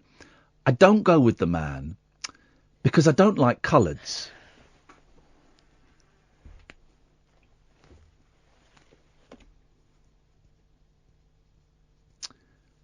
I'll continue. She said, I don't like colours. I'm sorry for the language I'm using, OK? We're just on the right side of what you can and can't say. And I'm aware that this language is offensive to a lot of people, so I apologise. I made the call that we're just on the right side, right? We're not going to cross that line, don't worry. But apologies if you're offended. She said, I don't like colours. In fact, I really don't like colours. I've got a big problem with them. Wow. But that's another story. And I'm sat there. It's been a lovely chat. You've seen me, Catherine. I'm so good at flirting with old women. Yeah, I'm the master flirter of women in their 70s and 80s. I call them love, and they love it. And I'm sat there thinking, Yeah. She just threw a dead cat on the table. And I didn't know what to say, because I'm not going to say, oh, you can't say, now you can't. I'm not going to say that. And I was so fazed by it. Maybe if I had been less fazed, I would have said, "Oh, well, you know that you know not everybody." I don't know what I would have said. There's no. I said, "Okay, well, I don't really have a problem, so I might see him." She went, "Well, you know, there's I don't really get on with them, but I'm getting better at it. There's a guy 2 shops down who's very black." I'm going in my head, and he seems okay. It's the phrase "very black." Wow. And he seems okay. And it's as if, I don't know, they're human beings. And I did, and I'm telling you this, dear listener, maybe because I'd like to know what you think I should have done, but I'm not doing it as, and this is the phone in, what would you have done in that situation? Because I'm just telling you this happened. And my thinking is, she's very old. She's like mid to late 80s, okay? So whatever I say is not going to change her opinion. She's set in her ways. But I do feel bad that I didn't say something. I was just so 03444991000. I was just so thrown by this delightful old woman. She's lovely, right? She's lovely, throwing this grenade at me. That instead of picking it up and throwing it back, I just sat there and let it explode on my lap. I didn't know what to say. It's a shocking thing to be confronted by. Yeah. Must be more shocking if you are the person in question. Now, I get the thing. She's from a completely different generation, right? But I also don't quite buy that excuse. You know, I don't quite buy that excuse. For example, I grew up when it was still seen as a bit weird to be gay. It was seen as weird to be gay, and I would be around people that would think that being gay was filthy. It was bent here, yeah. But yeah, I like to think. In fact, no, I am fully supportive and embrace, you know, gay, lesbians, bisexuals, and trans. So people can change.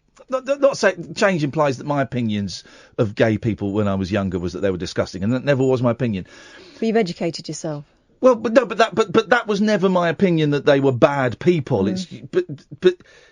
So that's not exactly the best example. God, this is tricky, isn't it? Because I'm going to offend somebody. I didn't know what to say. Is the only thing. I did not know what to say. What she said was horrible and abhorrent. But she's also a really nice lady. There's not a palindrome. A dichotomy. Thank you very much indeed. There we go. Weird one, wasn't it? Yeah. Yeah. And I will be seeing this lady, you know, I'm going to go to this place again. I like this place. It's a nice place. I'm going to be in there a lot. And you haven't got the relationship with her at this point where you can challenge anything. I've met her twice. Yeah. I've met her twice, and I say I'm going to be seeing a lot of this woman, so I don't want to kind of saying I don't want to sour it, but then I do feel like I have let my principles down. I feel like I've let you lot down, the listeners down, the black and ethnic minority people that I don't know, BME, isn't it? That listen to this show, and I feel that I've let you guys down by not going, oh, come on now, that's not appropriate. I don't like the word should. I would have preferred it if I had said something, but I still now, like 12 hours, 13 hours later, I still don't know what I would have said. No, I know. Don't know what I would have said. I don't know what the right thing is to say. I don't know. No. And that's it. That's where we're at. If you want to call in if you've got a suggestion of what I could have said or could have done, give us a call. I don't expect you to, because it's such a tough old thing. 0344 499 1000 is the telephone number if you want to give us a call. This is Talk Radio. The Late Night Alternative with Iain Lee. Unfiltered Night Talk with the original king of unconventional conversation on Talk Radio. We have ways of making you talk. Roger's got it on Twitter. You have to see this person on a regular basis. The typical British polite response, which is what you did and what most would do, is to nod and move on. It's a tough one, though, isn't it? That's it. Summed it up perfectly. But you did say, I don't have a problem, so... I think I did. Well, I think I did. I'm wondering if I've added that retrospectively to make me sound better in the story. It's what we do as human beings, is when we the more we retell a story and the more distance we get from a story, this is a known thing, the more we shift the story to make ourselves more heroic in it. It's kind of a known phenomenon. And I'm wondering if I've done that, but if I don't know if that line actually happened, or if I slipped it in for this retelling, and next time I tell it, I'll be slightly more heroic in it. Isn't that funny? It's a funny old world. Well, listen, you know, if you do continue to talk to this person, your relationship will develop to a point where maybe you can say that. Yeah, maybe. Not that it's going to change her. Sorry, I've got to just turn my back onto you, Catherine, because there's a woman in bed again. It's naughty Naomi. Good evening. Good evening, Naomi. And I just caught a glimpse of your tats. Oh, no, it's not my tats, it's my... Yeah. I'm covered in them. Yeah, right, well... Are you? Yeah. Look. Well, she is and all. Flipping heck, Naomi. I will show you my new one. It's on my arm, so don't worry. What is that? Can you see that? I can. What is it? Is it rock? It's a medical alert one. Oh, and what does that get you? What do you win? I win an EpiPen jab in my leg. Yes, man. But is that legally binding? Because wasn't there a guy in America who had "Do Not Resuscitate" on his chest, and the doctors did, and he was going to sue them or something because... Well, but that's the opposite of "Do Not Resuscitate." Yeah, that's definitely. If I was going to say a normal person, and that's terrible. If I were to inject an EpiPen, where the hell are you going, woman? Sit still. For goodness sakes, if I were to inject myself with an EpiPen now, what would happen? Would I get like a rush of love? You would go into space. It's like an adrenaline rush. Yes. Oh yeah. That's what I want. That's what I want for Christmas is an EpiPen, please. It's a legal drug and it's amazing. Yes, man. What you got for us, Naomi? I was just bringing up about what you said about the lady in the shop. Oh yeah. Yeah. You handled it really, really well. Did I? I have, at the back of my house, there's a chicken run, and the old gentleman, he must be about 90 years old, who looks after the chickens. And I always pop over to say hi every morning, good evening every night. And about a week ago, he goes, "Oh, there's my chocolate button." I went, Now, wow. He means that as a term of affection, doesn't he? Yeah, he genuinely thinks that that's an acceptable thing to say. To him, I just went, "Miss Sir," I went, "you can't really say that, but your chocolate button's got a name called Naomi." I went, "Please acknowledge people by their names, because I would really appreciate that." Oh, well done, you told him. I'm getting nervous even thinking about a confrontation like that. Oh my gosh, I wanted to cry, but out of respect for him for nearly being 500 years old, I thought I'll word it nicely. Oh, well done for speaking out. But I just said to him, you can't really say things like that nowadays, because people might take it to heart and take it to offence. But I understand. But then also, old people don't get the line, you can't say that. They don't get that because they come from an era when you could say anything you wanted. Especially if you're old. Yeah. So why should I not say that just because some young person, what was it, chocolate button? Yeah. Oh, man. What made it more uncomfortable, because he's about a zillion years old, he's deaf in both ears, doesn't wear his hearing aids, so I've had to repeat myself like 3 times at the top of my voice. So all the neighbours came out, so I'm like, oh, listen to her. Having a go at an old man. Shouting at an old man just because he was affectionate. Unbelievable. I know. Did I? But you handle. Did I handle it okay? Because I've come away feeling. Here's the thing. I'm going to see this woman again, and at some point this conversation might come up again. And I guess this is what I'm trying to do. I would like to be armed with a response if she says something like that again, that clears my conscience, I guess. That means I've expressed my belief and it's shown that I'm disappointed in what she said. I don't want an argument with her. I don't want to go into, to taking words apart and what. But I want her to know that I find what she said unacceptable, and then move on. But I don't know what that sentence is. Yeah, without offending her or getting upset. You don't want to crush her into the ground. That's it. It's one of them things you need to sit back and just think about how to word it, especially because she's of that generation. But I don't buy the generational excuse. Not all the time, because sometimes they can say things and to get a response or reaction. Yeah. How long ago was this? Did this happen with you and the chicken man? About a week ago. Oh no! And when I first moved in the house, we've been in this house for about 4 years. Yeah. And there ain't. Oh, another darkie. Oh, wow. And I just looked at him and went, I'm not that dark, the sun got me that much. Yeah. And I was really offended, but I was like, I've got to handle this really well. And I went, well, I'm not that dark. I went, I've been born here all my life. Having to bat it off with humour, man, must be tiring. It's hard. Yeah. It's hard.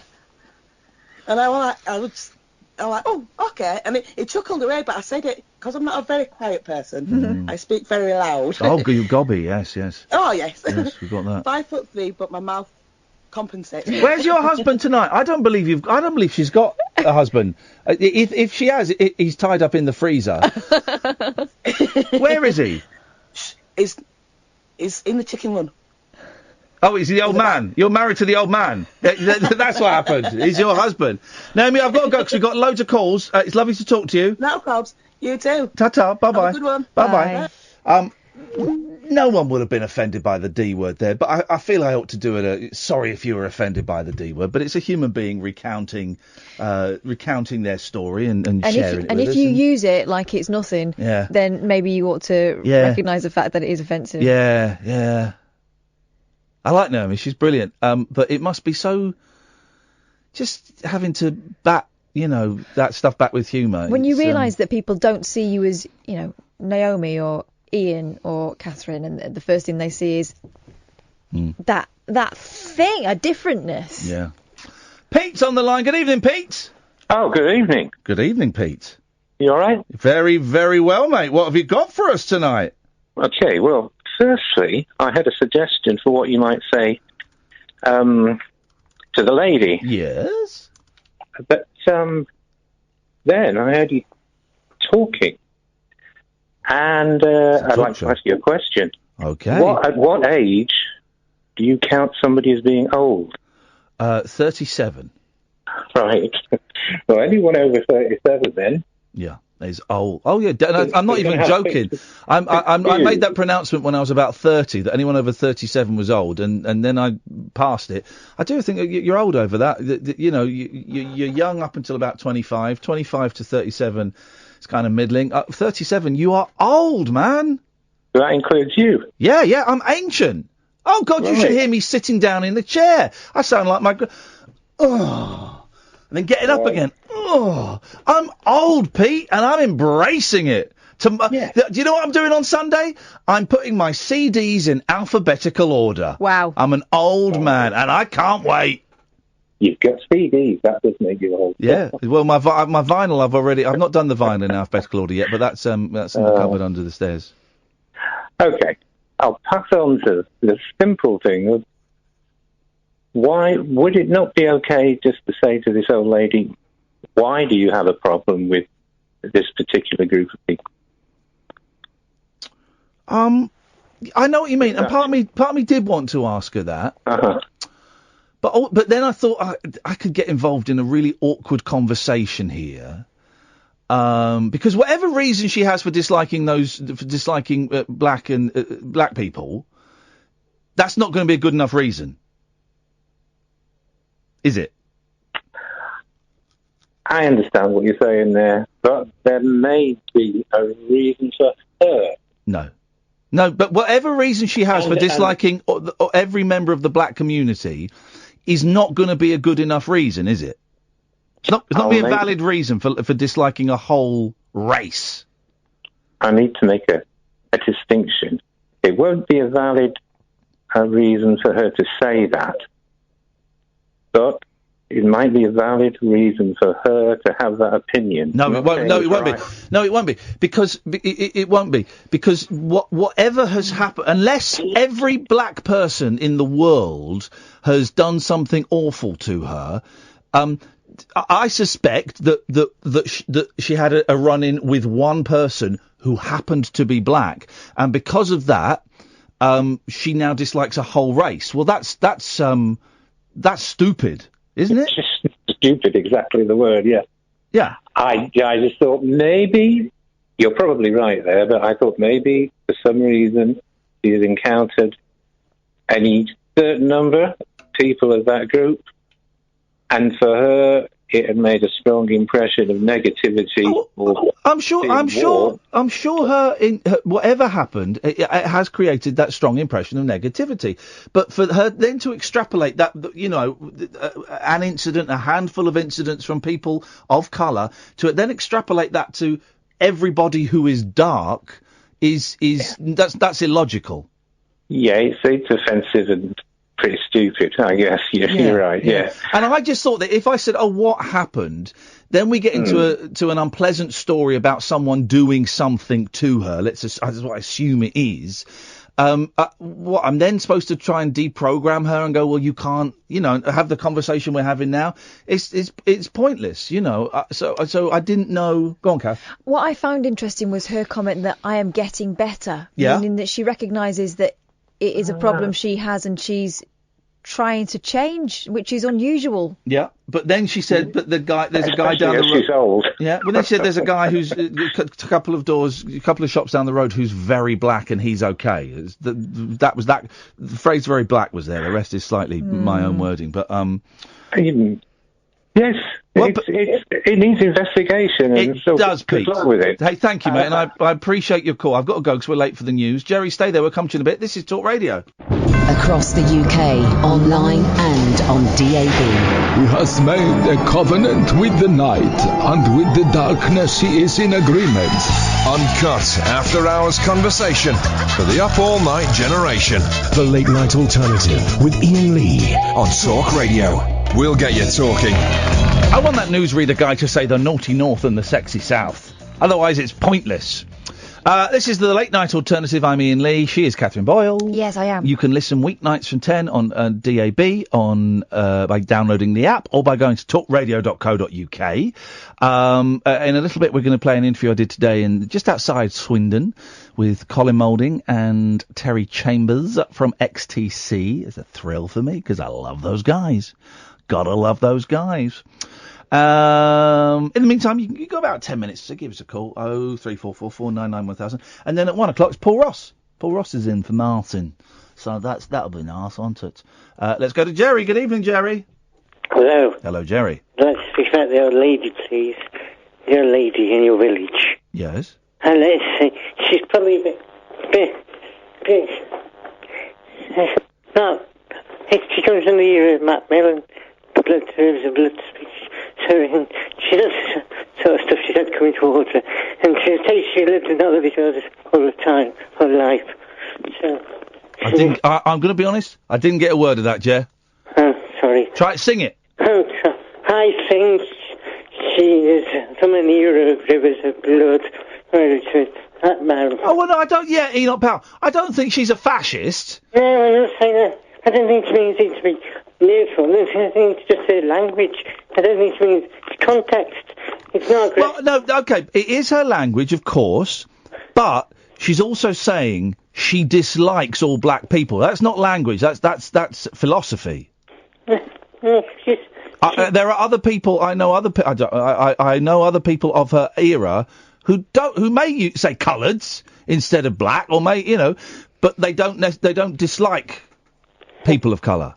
Carers to face. It's a triple language. Carers going. I say, it's like certain races of disgusting carers. That's it. They say, look at these people and they say, they bring them this and they need you on about using M-words and it's disgusting. Hang on, who's this? What, your carers are disgusting? Previous carers in the past have come in using that word. Oh, right, okay, yeah. It's disgusting. Yeah. I think we're getting better, but we've still got to flush out a little bit of it. Jerry, listen, I'm going to let you go just because we've had a sudden rush of calls and I've got 5 minutes. Okay, have a good weekend, stick it up your bum, etc., etc. Nick! How are you, Ian? How's things? All right? I'm very well, Nicholas. What have you got for us tonight? Well, I mean, I've just been listening to your story about the old woman. I think you should just leave her as it is. Really, I would like to say she don't know any better.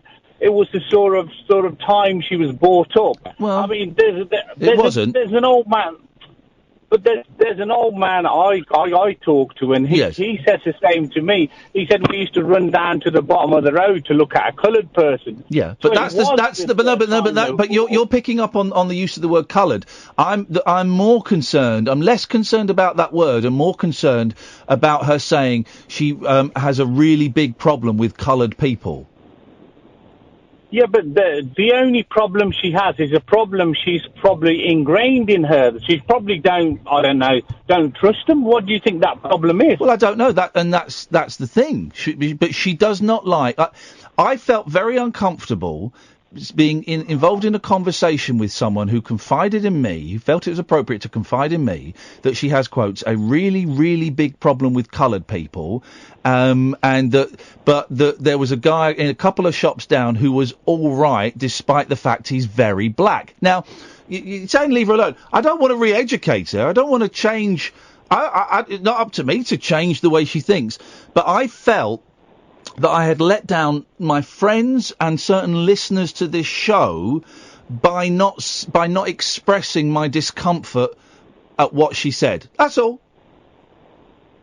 Do you think it would? Do you think if you asked her what the problem was, do you think that would be part of you sort of explaining to her that it's not like this? You shouldn't think like that. Or... Yeah, well, again, it could be. I don't want to change the way she thinks. I don't think that's necessarily my job. If that happened, that would be great. But I don't think that's my job, and I don't necessarily think it is potentially possible for her. But asking her, it could do, or it might. It could do. I don't know. It could do. It could lead to a conversation where I go, well, yeah, okay, this bad thing happened to you X number of years ago, but I have had nothing but even that sounds patronising. I don't know how to do it without sounding a little bit racist myself, if I'm honest, because you can't go, well, I've met some lovely black people, because that sounds like a dumb middle class, slightly racist thing to say. I've met some lovely black people, and their food it's very spicy, but it's delicious. So I don't know, Nick, is the answer. Yeah. I don't know. It is a tough one, Ian, and I don't know. So really, I've been thinking about it myself, but, it is a difficult one, especially of her age, at the age she is at. Yeah. And you don't want to, sort of, I don't know, it's a difficult one to think about it. Nick, thank you. Listen, I'm going to move on. We've only got a few minutes before XTC, so let's go to Paul. Good evening, Paul. A big rush of calls all of a sudden. Yes, Paul. Good evening, Ian. How you doing, buddy? I'm good, thanks, mate. We haven't got much time. No problems. I just want to see if you've got any good jokes for my 5-year-old. Good jokes for your 5-year-old? Yeah, he's got a few. He's got about half a dozen. He knows the one about what do you call a sheep with no legs? A cloud? No. That's a good one. Yeah, we go. What's brown and sticky? Okay. Yeah, what's brown and sticky? A stick. I like it. Okay. He's got what's orange and sounds like a parrot? A carrot. Here's a good one. I just made this up, but I know my boys would laugh at this. What's brown and comes out of your bum? Poo. Oh, good. 5-year-old's going to love that. I know my crowd. Well, then, if we're going on that theme, it's why were Piglet's hands dirty? Go on. Because he was playing with poo. Hey! That is a great one! Paul, always happy to help, buddy. Let us know how it goes. Hello, Ben. Oh, hello, Ian. You said about 10 minutes. Listen, what happened to Barry from Watford? Well, he wasn't cool because I've been listening since LBC. He was on Tuesday. Was he? He was on Tuesday. Oh, so I obviously didn't hear. What is it? You're a part-timer, Ben. Well, I'm getting better, mate. But I used to phone up, didn't I? I was Lewis. I was very drunk at the time. LBC. When you're on LBC. Yeah, that was 12 years ago. How am I supposed to remember a drunk guy calling me 12 years ago? No idea. What did you used to phone in about, Lewis, Ben? Well, just used to. I really don't know. It was. If you don't remember it and you did it, how am I supposed to remember it? Yeah, you're right. But I just remember Barry from Watford. He's not been on for a while, but he came on Tuesday and we had a rap battle. Oh, fantastic! Yeah. All right. Nice one. Cheers, Ben. Thank you. Bye. Ta-ta. Well, that was that sorted. Took the wind out of his sails a bit. Did a little bit. Oh, man alive! Don't call in now. We'll hit the break early now, and then we'll come back and we'll talk about XTC and why I think they're the best band this country has ever made. Closing time conversation for tax inspectors, taxi drivers, and taxidermists. Great big talk for the wee small hours. You've been trolling me big time, mate. The Late Night Alternative with Iain Lee on Talk Radio.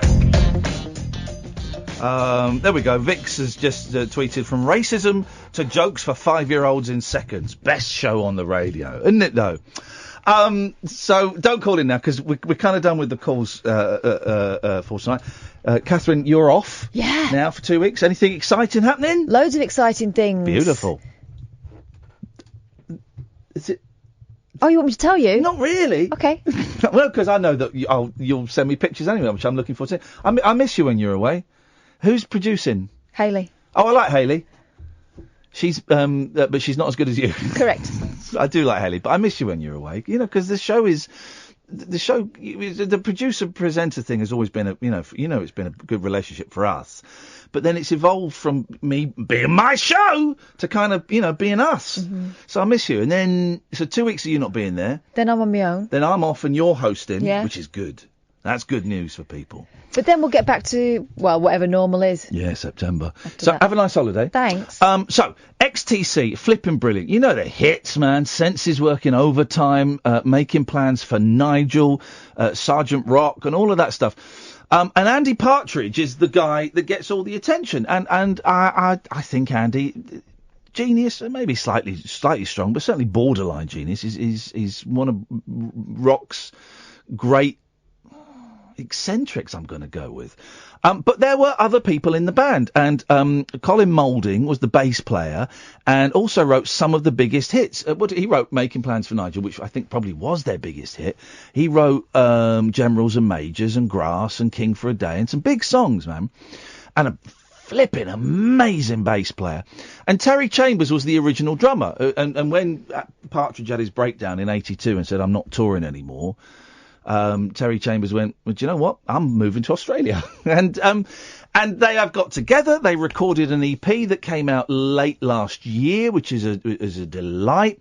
And they've just announced that they're playing as TC and I Terry Chambers and I, it's a good name. They're playing 4 dates at Swindon Arts Centre, which is where they live and where they've always lived.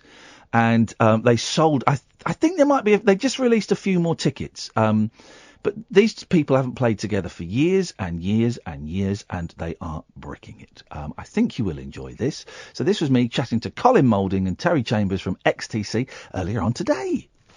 Well, this is exciting. I've driven all the way out to sunny Swindon to go and meet Colin Moulding, formerly of XTC. Let's see if he's given me the right address. Yeah. Hey, it's Colin Moulding. Hello, brother. How you doing? Nice to see you. Come in. Hey, hello. Oh, the kids are off school. Tell me about it. I know. I'm dealing with it. Oh, God. How are you, man? You all right? I'm all right, yes. How are you? Got here Terry at the back with the missus. Oh, wow. Themselves at the back. This weather's ridiculous, isn't it? It's ridiculous, yeah. I'm going to say it. It's a little bit too hot. Yeah. It's a bit too much. TC. Yeah. It's Mr. Lee. Hello, mate. Hello, everyone. Hello, under there. You're right. That's the neighbours, yeah. How you doing? I'm Iain. Nice to meet you. You're right.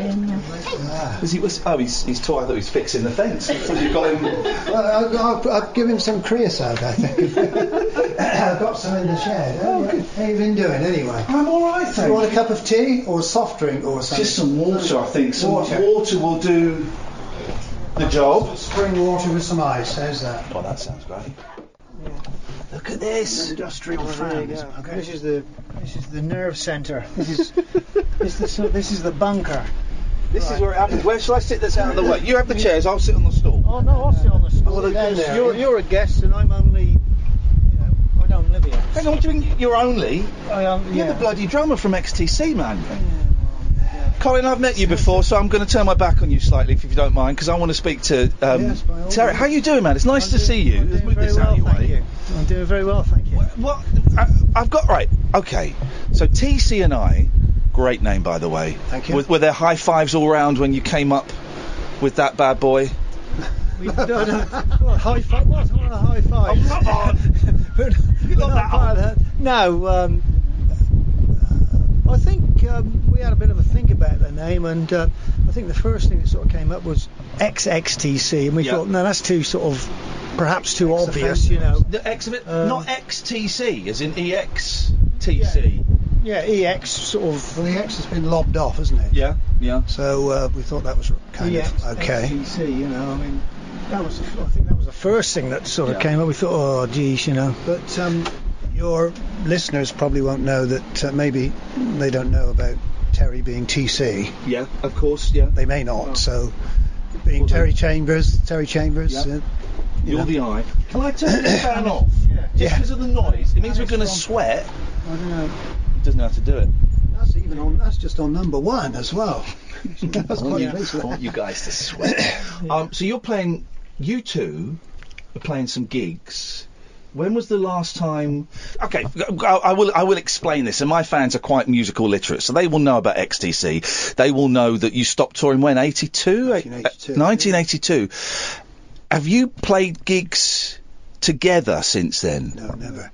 Wow. In San Diego, California, and it was 82, wasn't it? I can't remember the month actually, but yes, that was our last gig. So that's quite a long time ago. It is a long time ago. Well, the question is, what has taken you so long?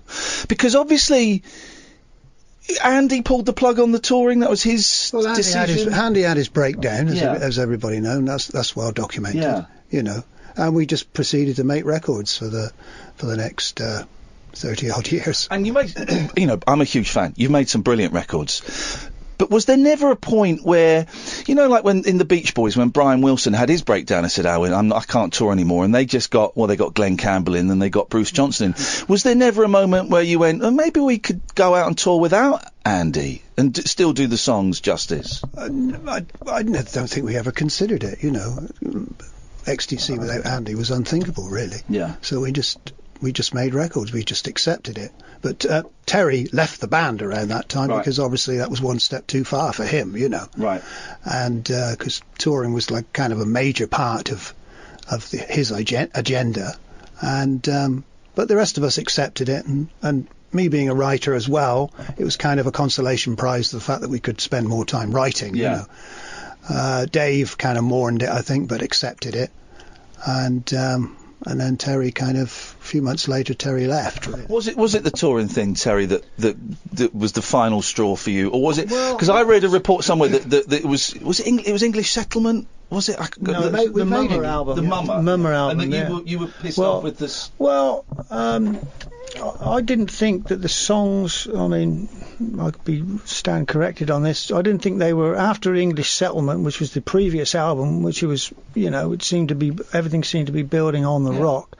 I felt that some of the songs that we were rehearsing at that time there were not quite as strong as the English Settlement thing. Yeah. So that, in a combination of, I'm never going to tour again type of thing there, these things sort of started to add up to me, and I'm thinking, is it time for me? Plus, I had a marriage situation. A marriage sort of situation as well at this time, and all these things sort of seemed to build up, and really they sort of added up to one thing really, which was me to say, well, perhaps it's time I moved on from this, you know. And Andy actually rang me at that point in time and said, well, listen, if you're worried about the songs, I'll scrap the lot and start again. Wow. I said, look, they're your songs, Andy. I said, I can't be, you're not going to cut your arm off for me. I think it's time I sort of just moved away, and basically that was it. Right. So they took on a bit more of a folky vibe, though. Yeah. I mean, they were slightly folky, but it was electric folk with English Settlement. Right. But they took on a bit more of an acoustic kind of tone. And, it's a very gentle album. It looked as if, Ecstasy as a band was sort of moving in a slightly different direction to the sort of like the thump whack sort of tradition that I provided in the early days. Yes. As things changed when Barry left, so it was just sort of like a natural evolution, I guess, for the band, and somebody had to give, and it was me. And then you went off to Australia, is that right? I went there for 34 years. Wow. And were you drumming when you were over there? When I first got there, I wasn't really doing anything at all, and I got approached by a band over there to sort of fill in for somebody, through a friend of mine that was an agent out there, and I thought, God, I've got to try and do something. So I sort of went in and played about 18 months with a band called Dragon out there, right. Which, it put food on the table, but it certainly wasn't an enjoyable experience, because, we were four lads from Swindon type of thing, grew up, Colin and myself have been playing since we were 17, and I don't know, you just have that sort of bond there that, when I went into the Dragon thing, it was like a hired gun, and I don't know, you never really feel part of they were in jokes. They were Kiwis, actually, and there was sort of 4 or 5 of them, and, they were talking about things I knew nothing about. Talking their own language, don't they? Right, they're obviously from a foreign country, but you have your own little shorthands, don't you? I was the odd man out, there's no doubt. So I think in every band, better, I think. I'm going to kind of flop all over the place. How did were you two always in contact then for the last 30 odd years? He'd come over for family dues, right. And occasionally we might go out for a beer, but generally, I never saw him. Well, then what shifted this time then? What was the conversation where you went, maybe we should do something together? Well, Terry came over and intended to stay. Right. Because he was having personal problems and was getting divorced. And same here, brother. Well, I joined the club. Yeah, isn't it? What a club to be a member of. Well, it's a happy club afterwards, I usually find. Right, okay. During that period of time, it's a difficult time, as you well know. When you're going through this thing, you're just getting pulled from pillar to post, and it's anybody that says it's an amicable divorce probably hasn't had a real. I'm sort of coming towards the end of it, but still slow. And the fact everyone bandies that word divorce around, and you think, it's going to be easy. It's horrible, man. It's just dreadful, because the only people that make anything out of it are the solicitors. If you know what I mean. Yeah. Because one side will drag it out, you want to be doing this, and in the end, neither yourself or your spouse. Not that you go into this thing to get the upper hand, but it just seems to be they don't. Yeah. They don't sort of make the passage easy. Right. Well, I'm sorry you're going through that. Well, I've gone through it. Oh, is it done? I'm out the other side. Oh well. And it's all right at the end. I think so. Well, yeah. I mean, it's never ideal, but better it's over now, and I've still come out. So you moved back over here, yes, and that was when the cogs started turning. That maybe. Well, it's actually he was over here a week after he'd been over here a week. He came for a wedding, wasn't it? Yeah, he came for a wedding and stopped rather longer than he thought he would do. Right. And then he said, "Well, I'm intending to move back for good." Yeah. And I thought the cogs of my mind started to turn, as they say, and I thought, I wonder, would you be into recording some songs? And we went out and got really drunk one night. This was at the White Horse, Uffington White Horse. There's a pub at the foot of the White Horse called the White Horse, believe it or not. Yeah. Cleverly done. Yeah, and we just got horribly drunk in there one Sunday night and filled our faces with pizza. Washing our faces in pizza. I popped the question. I said, do you fancy... got down on one knee. So the next thing you know, I'm married again. Yeah. So I got a ring, and the rest is hysterical. Very much similar to the way that Ian Gillan ended up getting the job for Black Sabbath. How did you... I don't know the story. Well, apparently he'd left Deep Purple and Ozzy had left Black Sabbath, and I don't know whether it's got any relevance to the story. But, once again, he went out with Tony Iommi and Geezer Butler, as I understand the story, and once again got horribly drunk, and then Gillan woke up the next day realising that he'd had this phone call saying, you're late for rehearsals, and apparently he'd arranged more or less sort of, next thing you know, he's sort of touring with the Stonehenge thing and all the rest of it, But I'm hoping our ending will be a bit happier than that, because obviously Gillan ended up sort of saying, well, Ozzy's really the singer for this band, you know what I mean? And they sort of went back to where they should be. So, but I think it was just that moment. Well, it was just a moment of drunken lunacy, literally. So you decided to record, and you released this wonderful EP. When did the EP come out? That was a while ago, wasn't it? It came out in October. It was last year. Of last year. Okay. Yeah.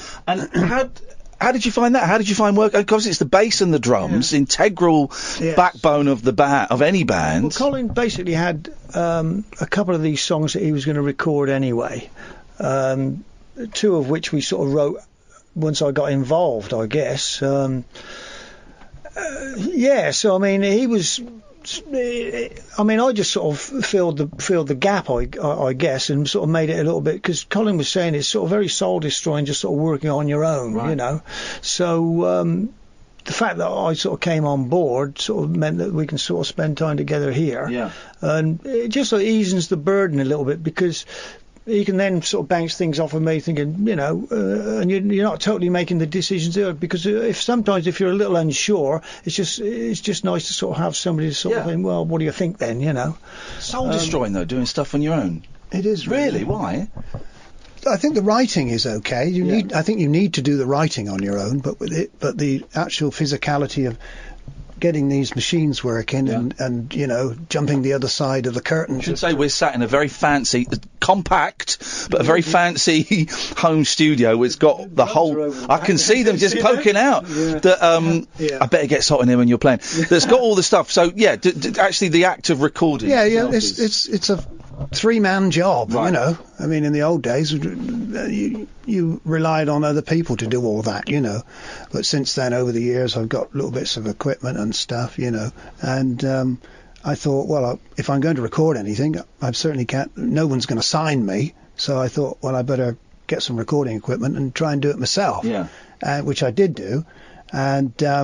but it was a struggle, kind of, the actual physicality of recording, The writing is different. You can just lie in your bed with your laptop and you just plug in a keyboard and away you go. That's your technique, that's your... Oh, yes. Your secret is doing it in bed. That's everybody does that way. The songs are kind of written in bed, know. And I thought, well, we've got to try and bring these songs to life. And it just so happens that...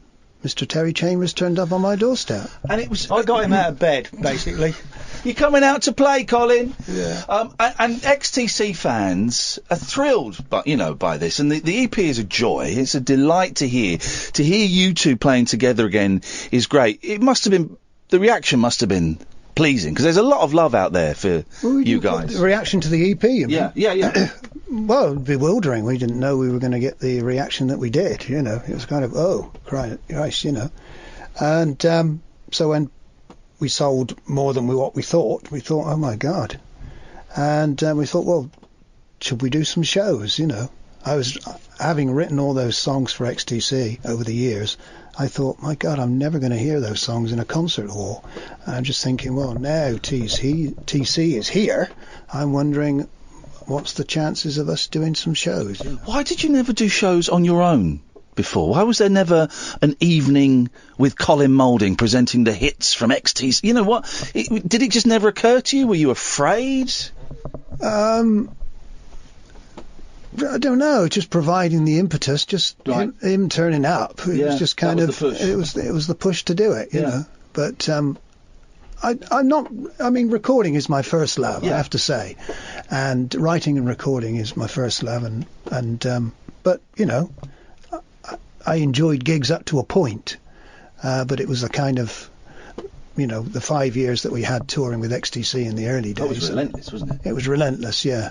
And did that suck the fun out of it? Absolutely. I think that's what, you know, led to Andy making his decision. If we'd have had more sympathetic management, instead of just sort of like trying to turn this thing into a money-making machine, as most of them do. Yeah. I mean, you know, everybody's in it to sort of make money or make a living at least.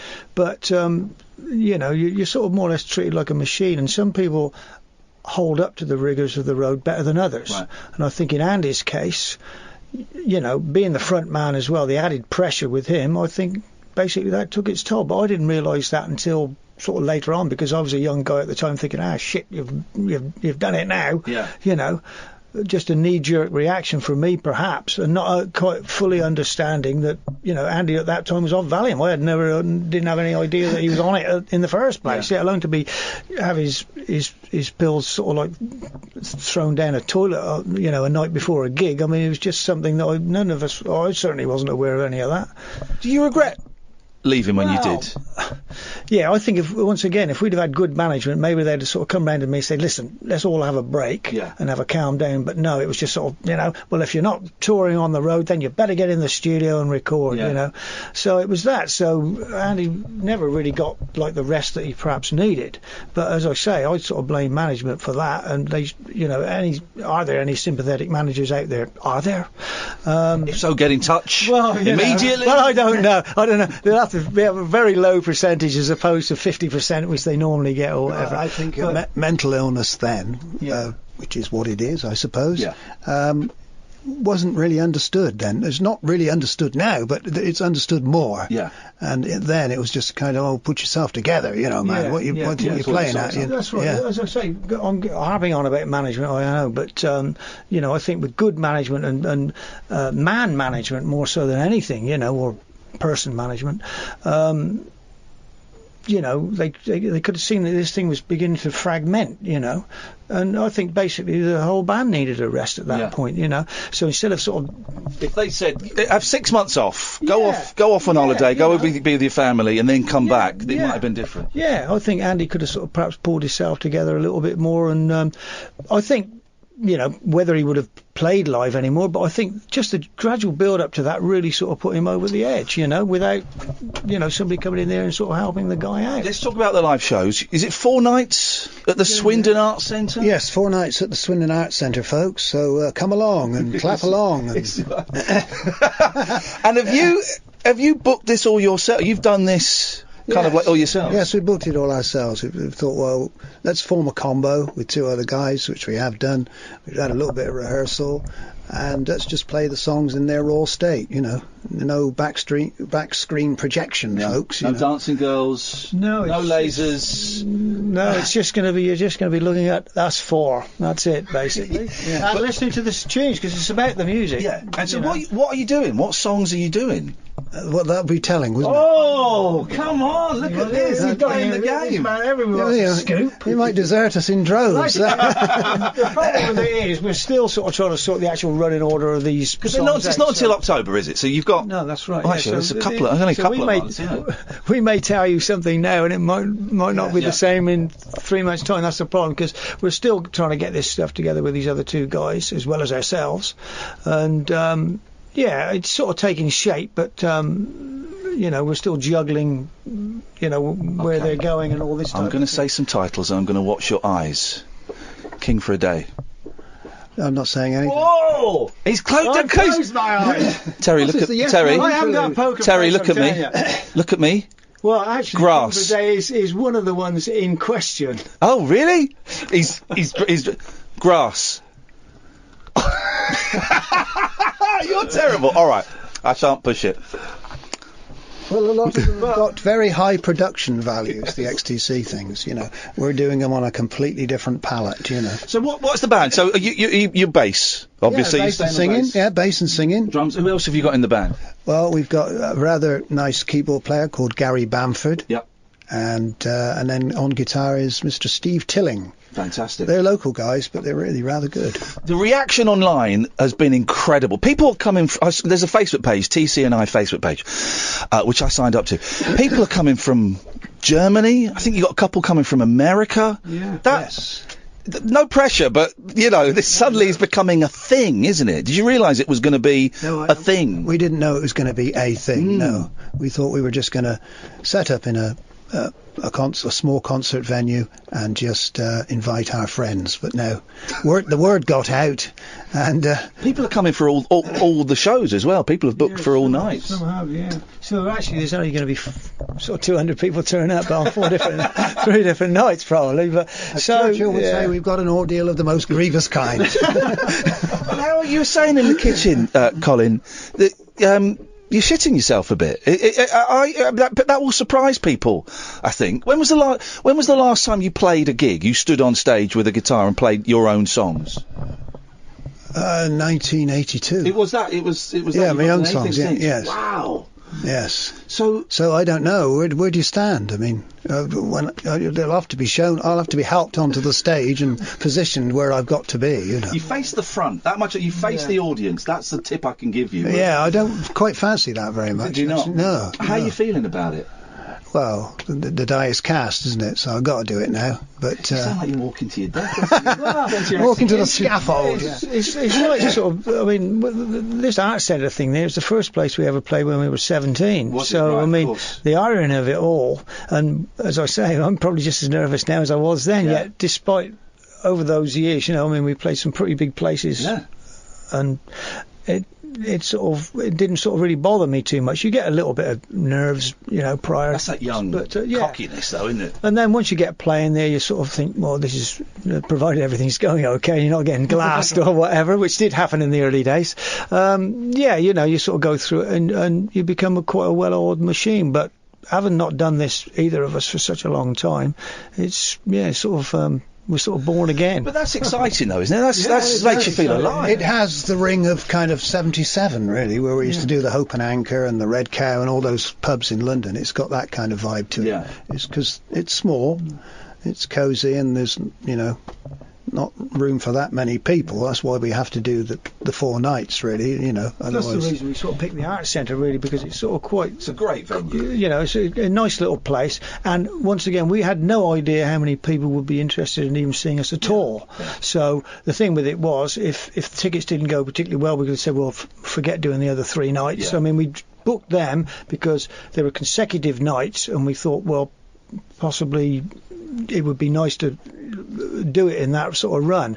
And we more or less were obliged to sort of book it like that. Otherwise, if we just did the one and then the other dates had gone on to something, you know, Peter Pan or whatever else they put on there. Yeah. You know, it would have been too late for us. So we had to sort of grab it and think, oh, geez. And we didn't know whether we'd fill the 4 nights or not. You were unaware, because I could have told you would have done it. Well, yeah, I mean, it's easy to say, but yeah, you know, you can't be sure. And we didn't want to be seen to sort of, you know, take on a big venue and all this sort of stuff there and think, Christ, you know, it's half empty. Yeah. You know, I mean, I used to be excited when we used to do places like the Marquee for 3 nights and it was packed out for 3 nights and there were still people queued out. So that was a better vibe than playing the Rainbow and sort of, you know, 3/4 of the bloody seats are still empty. I can guarantee that there is going to be so much affection in that room that even if you sucked, which you won't, well, maybe, I don't know. We've considered that as well. Yeah. But there's going to be... picking a lot of advice off of you here tonight. I'll tell you that. But there's going to be so much affection in that room. I don't know if you've read the comments on the Facebook page. There's so much love for you guys. You know, that I think even transcends the music. You could stand there for an hour and just, you know, read the phone book, and people would still love it because it's something that they thought they would never see. You know, you two, a percentage of XTC playing them said on there, I believe that perhaps Colin will sort of read some notes from a gardening book, and all Chambers will be just drunk in the corner. So perhaps that might be sufficient. I don't know. I'd pay. That's performance art. I'd pay for that. Oh, that's 27 quid. No way. I saw the brilliant. Is it This Is Pop, the documentary that came out? Yeah. That was great, wasn't it? Yeah. He did a good job, that fella, didn't he? Charlie Thomas. Yes. Yeah. He did the 10cc one and all that. They're usually the ones that get on BBC 4, but we didn't. They wouldn't. BBC wouldn't touch it, would they? They wouldn't show it, no. Why? Because we're not that cool, I suppose. You know. Hey, all right, I'm going to ask, because to me, XTC is one of the great British bands of all time. You're up there, I'm going to say it, you're up there with the Beatles in terms of each album being a step forward and being a progression, in terms of, you know, I think songs like King for a Day, Grass and Senses Working Overtime, they're pop classics, and I can never understand why you're not one of the biggest bands in the world. Partly the touring thing, okay, that kind of scuppered the momentum that you had going in that direction. But do you know what? Do you know what I mean? Have you pondered that? Do you sometimes, when you're in your bed and you've put your keyboard to one side, go, why weren't we bigger? Do you know what I mean by that? It's nice, actually, being the best kept secret in the world. Really? Yeah. You still enjoy that? That's nice, because you know, if you're up there, then you're harder you fall. You know, the bigger the drop, you know. But we've always been kind of an underling, you know. Well, I think that's why the XTC fans like XTC. It's because not everybody does, and it's sort of like a bit of an exclusive sort of club, you know. You know, whereas bands like U2, for example, they're worldwide and global, and everybody loves U2. You know what I mean? So it's no surprise. Well, no, actually, music lovers don't. There's millions. Well, okay, well, the equivalent I can think of is the Police and Sting, who were they were your peers, weren't they? We toured with them in America, yeah. And you know, Sting is up there, and I'm going to say it. I think he's a bit shit. You know, I think he's a bit, you know, and he's had good moments. He's had good moments. Yes, he's had good moments. But he's up there, and you guys, in my opinion, and the opinion of a lot of people, you know, there's always, every 6 months or a year, there'll be an article in Uncut or Mojo about the XTC, the band the 5 top XTC albums you must have, you know, and it's... I don't think our band ever had any sex appeal to an extent, whereas Sting, you'd have to say... Well, sat next to Mr. Colin Moulding, for goodness sakes. I know him very well. Right, okay. No... But, you know, I think there's a certain appeal with people like Sting. Right. That, you know, I mean, for example, nearly 100% of our CD sales have gone to males. As opposed to... So we 99.9%. So we don't really appeal to the female market. So, I mean, that's sort of 50% of the population or very close to it. Yes. So, I mean, there you go. That's part of it. It's probably too soon to ask, but have you considered... if these shows go well, and more importantly, if you enjoy them, any ideas have you talked about what might happen afterwards? We haven't got a clue what's going to happen. We might be egged off. We don't know. We're just going to take it one step at a time, right. I think, you know. We're not going to look that far ahead. So you've not said, well, if this goes well, maybe we'll do a little tour, anything like that? Well, as I said, my kind of... The whole thing in the business for me is recording and composing. Yeah. You know, that's my thing, and this is kind of a side thing really for me. Yeah, interesting, yeah. But I don't know about touring the world. It's a lifestyle that I didn't much go on anyway. Right. I think I missed my kids growing up. You know. Yeah. Now I've got my granddaughter. You know, it's kind of I'm going to miss out again, aren't I? You know. So What are you doing with your voice? Because your voice on the new songs is incredible. It's like, it hasn't... Do you know what I mean, Terry? It's not... It's not It's like a ventriloquist dummy situation, that's what it is. It is. The first time you go and listen to a song from a group or members of a group you've not heard from years, there's always a... Yeah. This could be a stinker, but the songs are great, and your voice, man, it's amazing. Yeah, his voice has maintained its... No, it has. To get the engine going. I remember seeing sort of Barry Gibb do his thing at not I'm knocking anybody, but doing his live thing at Glastonbury, and I thought that because of the type of music that he was singing, in the Bee Gees' heyday, they're right up there. Do the falsetto. And unfortunately, certain people, and I hate to say it, but I think he falls in that category, along with quite a few others that just can't quite make it up to that register anymore, and some of the songs have to be changed as a result. But I think Colin's, we've been rehearsing in here, and I think he's singing, well, close to as good as what he's ever done, really. I play a little bit of bass. I'm not very good at all. How do you... This is a really dumb question, but how do you separate your brain so you can sing and play your complicated bass lines at the same time? I just don't bother to play them, basically. That's my secret. Because you're bass playing on the records. I'm going to blow a little bit of smoke up your ass, as the kids will say. You, for me, the top three bass players in the world: McCartney, number one. Number two, it's you. Number three is Carol Kay, from the Wrecking Crew. Although she was very rude to me once in an email. Oh, no. She's a rude lady. You've been very polite. McCartney I've not dealt with. Who knows? But your bass lines on particularly kind of from the mid XTC period onwards are incredible. Really intricate, melodic, thoughtful bass lines. Well, I had days and days to think about them, Yeah. You didn't have to play them live either. So that's all. When you're not playing live, you can go to town. That's the long and the short of it. Yeah. When you're playing them live and you've got to play as an ensemble and you've got to sing and play bass at the same time, that's a lot harder. Yeah. But when you're just sat on a stool and you can go to town, then it's just.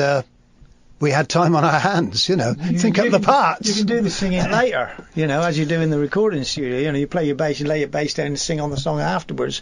But now you're in a position there where you've got to stand up there and do it as well. So, we're working around that. I've got to ask the question. We're not quite in Swindon, are we? We're just outside. Just on the outskirts. Just on the edge. Womburgh. Beautiful bit of countryside. Yeah. But we are 5 miles away from Andy. If we are. Have you spoken to him? I know he's tweeted that you're doing the shows and he's wished you luck online. Yes. Have you guys spoken to him? We speak on the email occasionally. Right, okay. Probably not as much as we did. Yeah. I've got every respect for his talent. Yeah. But I suppose over the last 10 years there has been some animosity. Right, okay. That's not a secret. I probably like him less than I used to. Yeah. Yeah. But that's bands, That is bands. Does it upset you that I would say 70% of the focus on XTC is on Andy? That documentary that was great, it was mainly Andy. Yes, it was. The articles are mainly Andy. Mm-hmm. And it could be argued you wrote the biggest hits, and I wrote some of them, yes. And your songwriting was integral. You say the bass playing was integral. Do you feel that, and I'm not trying to cause an argument, you don't want to answer it, but did you feel that focus on him was unfair? You feel sometimes that you don't get your just desserts, I suppose, but I've never been one for kind of hogging the limelight anyway. So, I just grin and bear it, really. I think from the early days, Andy was the principal songwriter. Colin wrote a couple of songs, and he became better as the years went on and wrote more. But in the early days, it was sort of like we were sort of Partridge's mob, really. Right. And he was front and centre, and he soaked it all up. Yeah. So it was very much of a surprise to me that he didn't want to play in front of an audience anymore. It's like, what happened to sort of the guy that wanted to soak it up? I mean, when he was in the room there, he wanted to be the centre of attention, as front men generally tend to be. So that's why he got most of the attention, and if interviews were going to be done, they wanted him, and I'd probably go along with support, or Dave or Barry would go along with support, or on another occasion, if Colin had to do one, either one of us would go on, but very rarely would Colin and Andy do it together. They would be in different things quite often. We would work separately all the time. Yeah. I mean, he had to sort of take that. That was the mantle he sort of took on. Terry, look at me. Generals and majors. Oh, a little smile there. There was a little smile. Your poker face sucks. I'm sorry. He's getting abusive now. This is an interrogation, not an interview. Yeah, go and get that spotlight and put it on you. Dave Gregory, have you spoken to Dave? Not recently, no. We had a bit of a falling out. Oh, really? I didn't realise. Yes. I seem to be the anchorman in all this. But that's bands for you. It is bands. It is bands. It's unfortunate that we all get a bit huffy with things, and, and you're dealing with, he's taking the credit for that, and I should be, it's this kind of thing. And, but, when you look at it, we stuck together for a hell of a long time. Yeah. Okay, we've had fallings out over the last 10 years. We've had a few skirmishes. Yeah, it can't be denied. But, if he was at my door, I'd invite him in for a cup of tea. And then tell him to get out. Did you get on with Todd Rundgren? Were you okay with him? I got on with him all right, actually. I thought he was all right. Yeah. But, but I let him produce. Right, okay. Whereas Andy couldn't let go of the reins. That's the thing. And it was just two philosophers of recording that just clashed, Andy's one of these chaps that, he hasn't had a good day unless he's made you do it 8 times, Whereas Todd was kind of, if he hadn't clinched it by a couple of takes, then we'd move on or pass it over, and it kept things moving, but Andy was kind of, he's a stickler. He kind of wants it right. And we can't move on to anything else until it is. Yeah. So there was the clash, and. Favourites is a lousy, lame question. I'm going to ask it. Favourite XTC album? If you had to pluck one out to say this was my band and this is what we did and what we sounded like, what one would you go for? It's difficult, isn't it? It is difficult, and it's that thing that I said, that it's the progression, that every album is a move on from the previous. I like parts of Nonsuch, I must admit. I think probably on balance I'd go for that one. Yeah. Well, there's parts of Drums and Wires that I like as well, so Black Sea too. So I'm afraid I'm on the fence. Terry, what would you? Did you listen to them after you left? Not really. No, I didn't. Was it kind of a 2 fingers up? Not really. It was, the fact that they sort of continued on, I think it was a bit sort of too close to my heart, really, thinking, what would have I done in those circumstances, and fair play to them. They had some great guys playing, and they've done some, I'm trying to tread in their shoes, some of them, because but to answer your question earlier, we're doing some songs from nearly all the albums, which includes quite a lot of stuff that I weren't on. And Pete Best syndrome, really. Yeah. It's kind of you trying to pin this mother down, What's that? The Trogs tape. Ba-da-da, ba-da-da. You played it already. Yeah, that's right. I think it's dubba dubba dubba cha. Dubba cha, that's the one. Yeah. So I'm having to tread as close as I possibly can. Yeah. In the footsteps of great drummers. Yeah.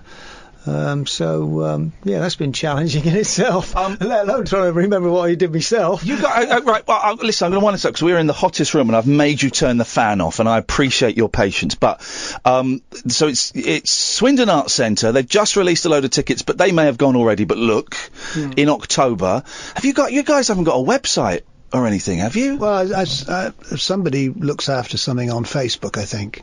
Okay. He emailed me and said, could I do it? I said, well, crack on if you want to, But this is the TC&I. Well, there's a TC&I one, and apparently there's a Colin Moulding one as well, but, they're welcome to kind of. You guys want to get on the Twitter with the hashtags and the trolls and all of that, the online fighting. Yeah, I don't know. Do you really want to get down there? A lot of people have gone through that, and they, a lot of people I understand are pulling out of that type of thing. Twitter's horrible, man. You guys are well off out there. Yeah, I think so. It's we're too busy. I mean, too busy. Yeah, it's a world. Just met your granddaughter. Of course, you're too busy. You got your hands full with a little one there. Holidays. Well, that's only one. Holiday hell. Oh.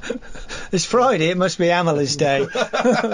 She's adorable. Hey, listen, I'm so thrilled that you guys are doing this. You're going to be nervous. Nothing I'm going to say has changed that, but there's going to be so much affection for you lot. You know, so much affection. I'm coming, I think, on the Tuesday. I got a couple of tickets. I'm going to come down and see it. Best of luck. What row are you in then, Ian? Oh, I'm in. He'll be the tallest one there. He's about 6'7". I will have my banner. I'll be waving a banner. I'll be screaming for Terry. I'll be chucking my underwear. Oh my God. That's going to be happening.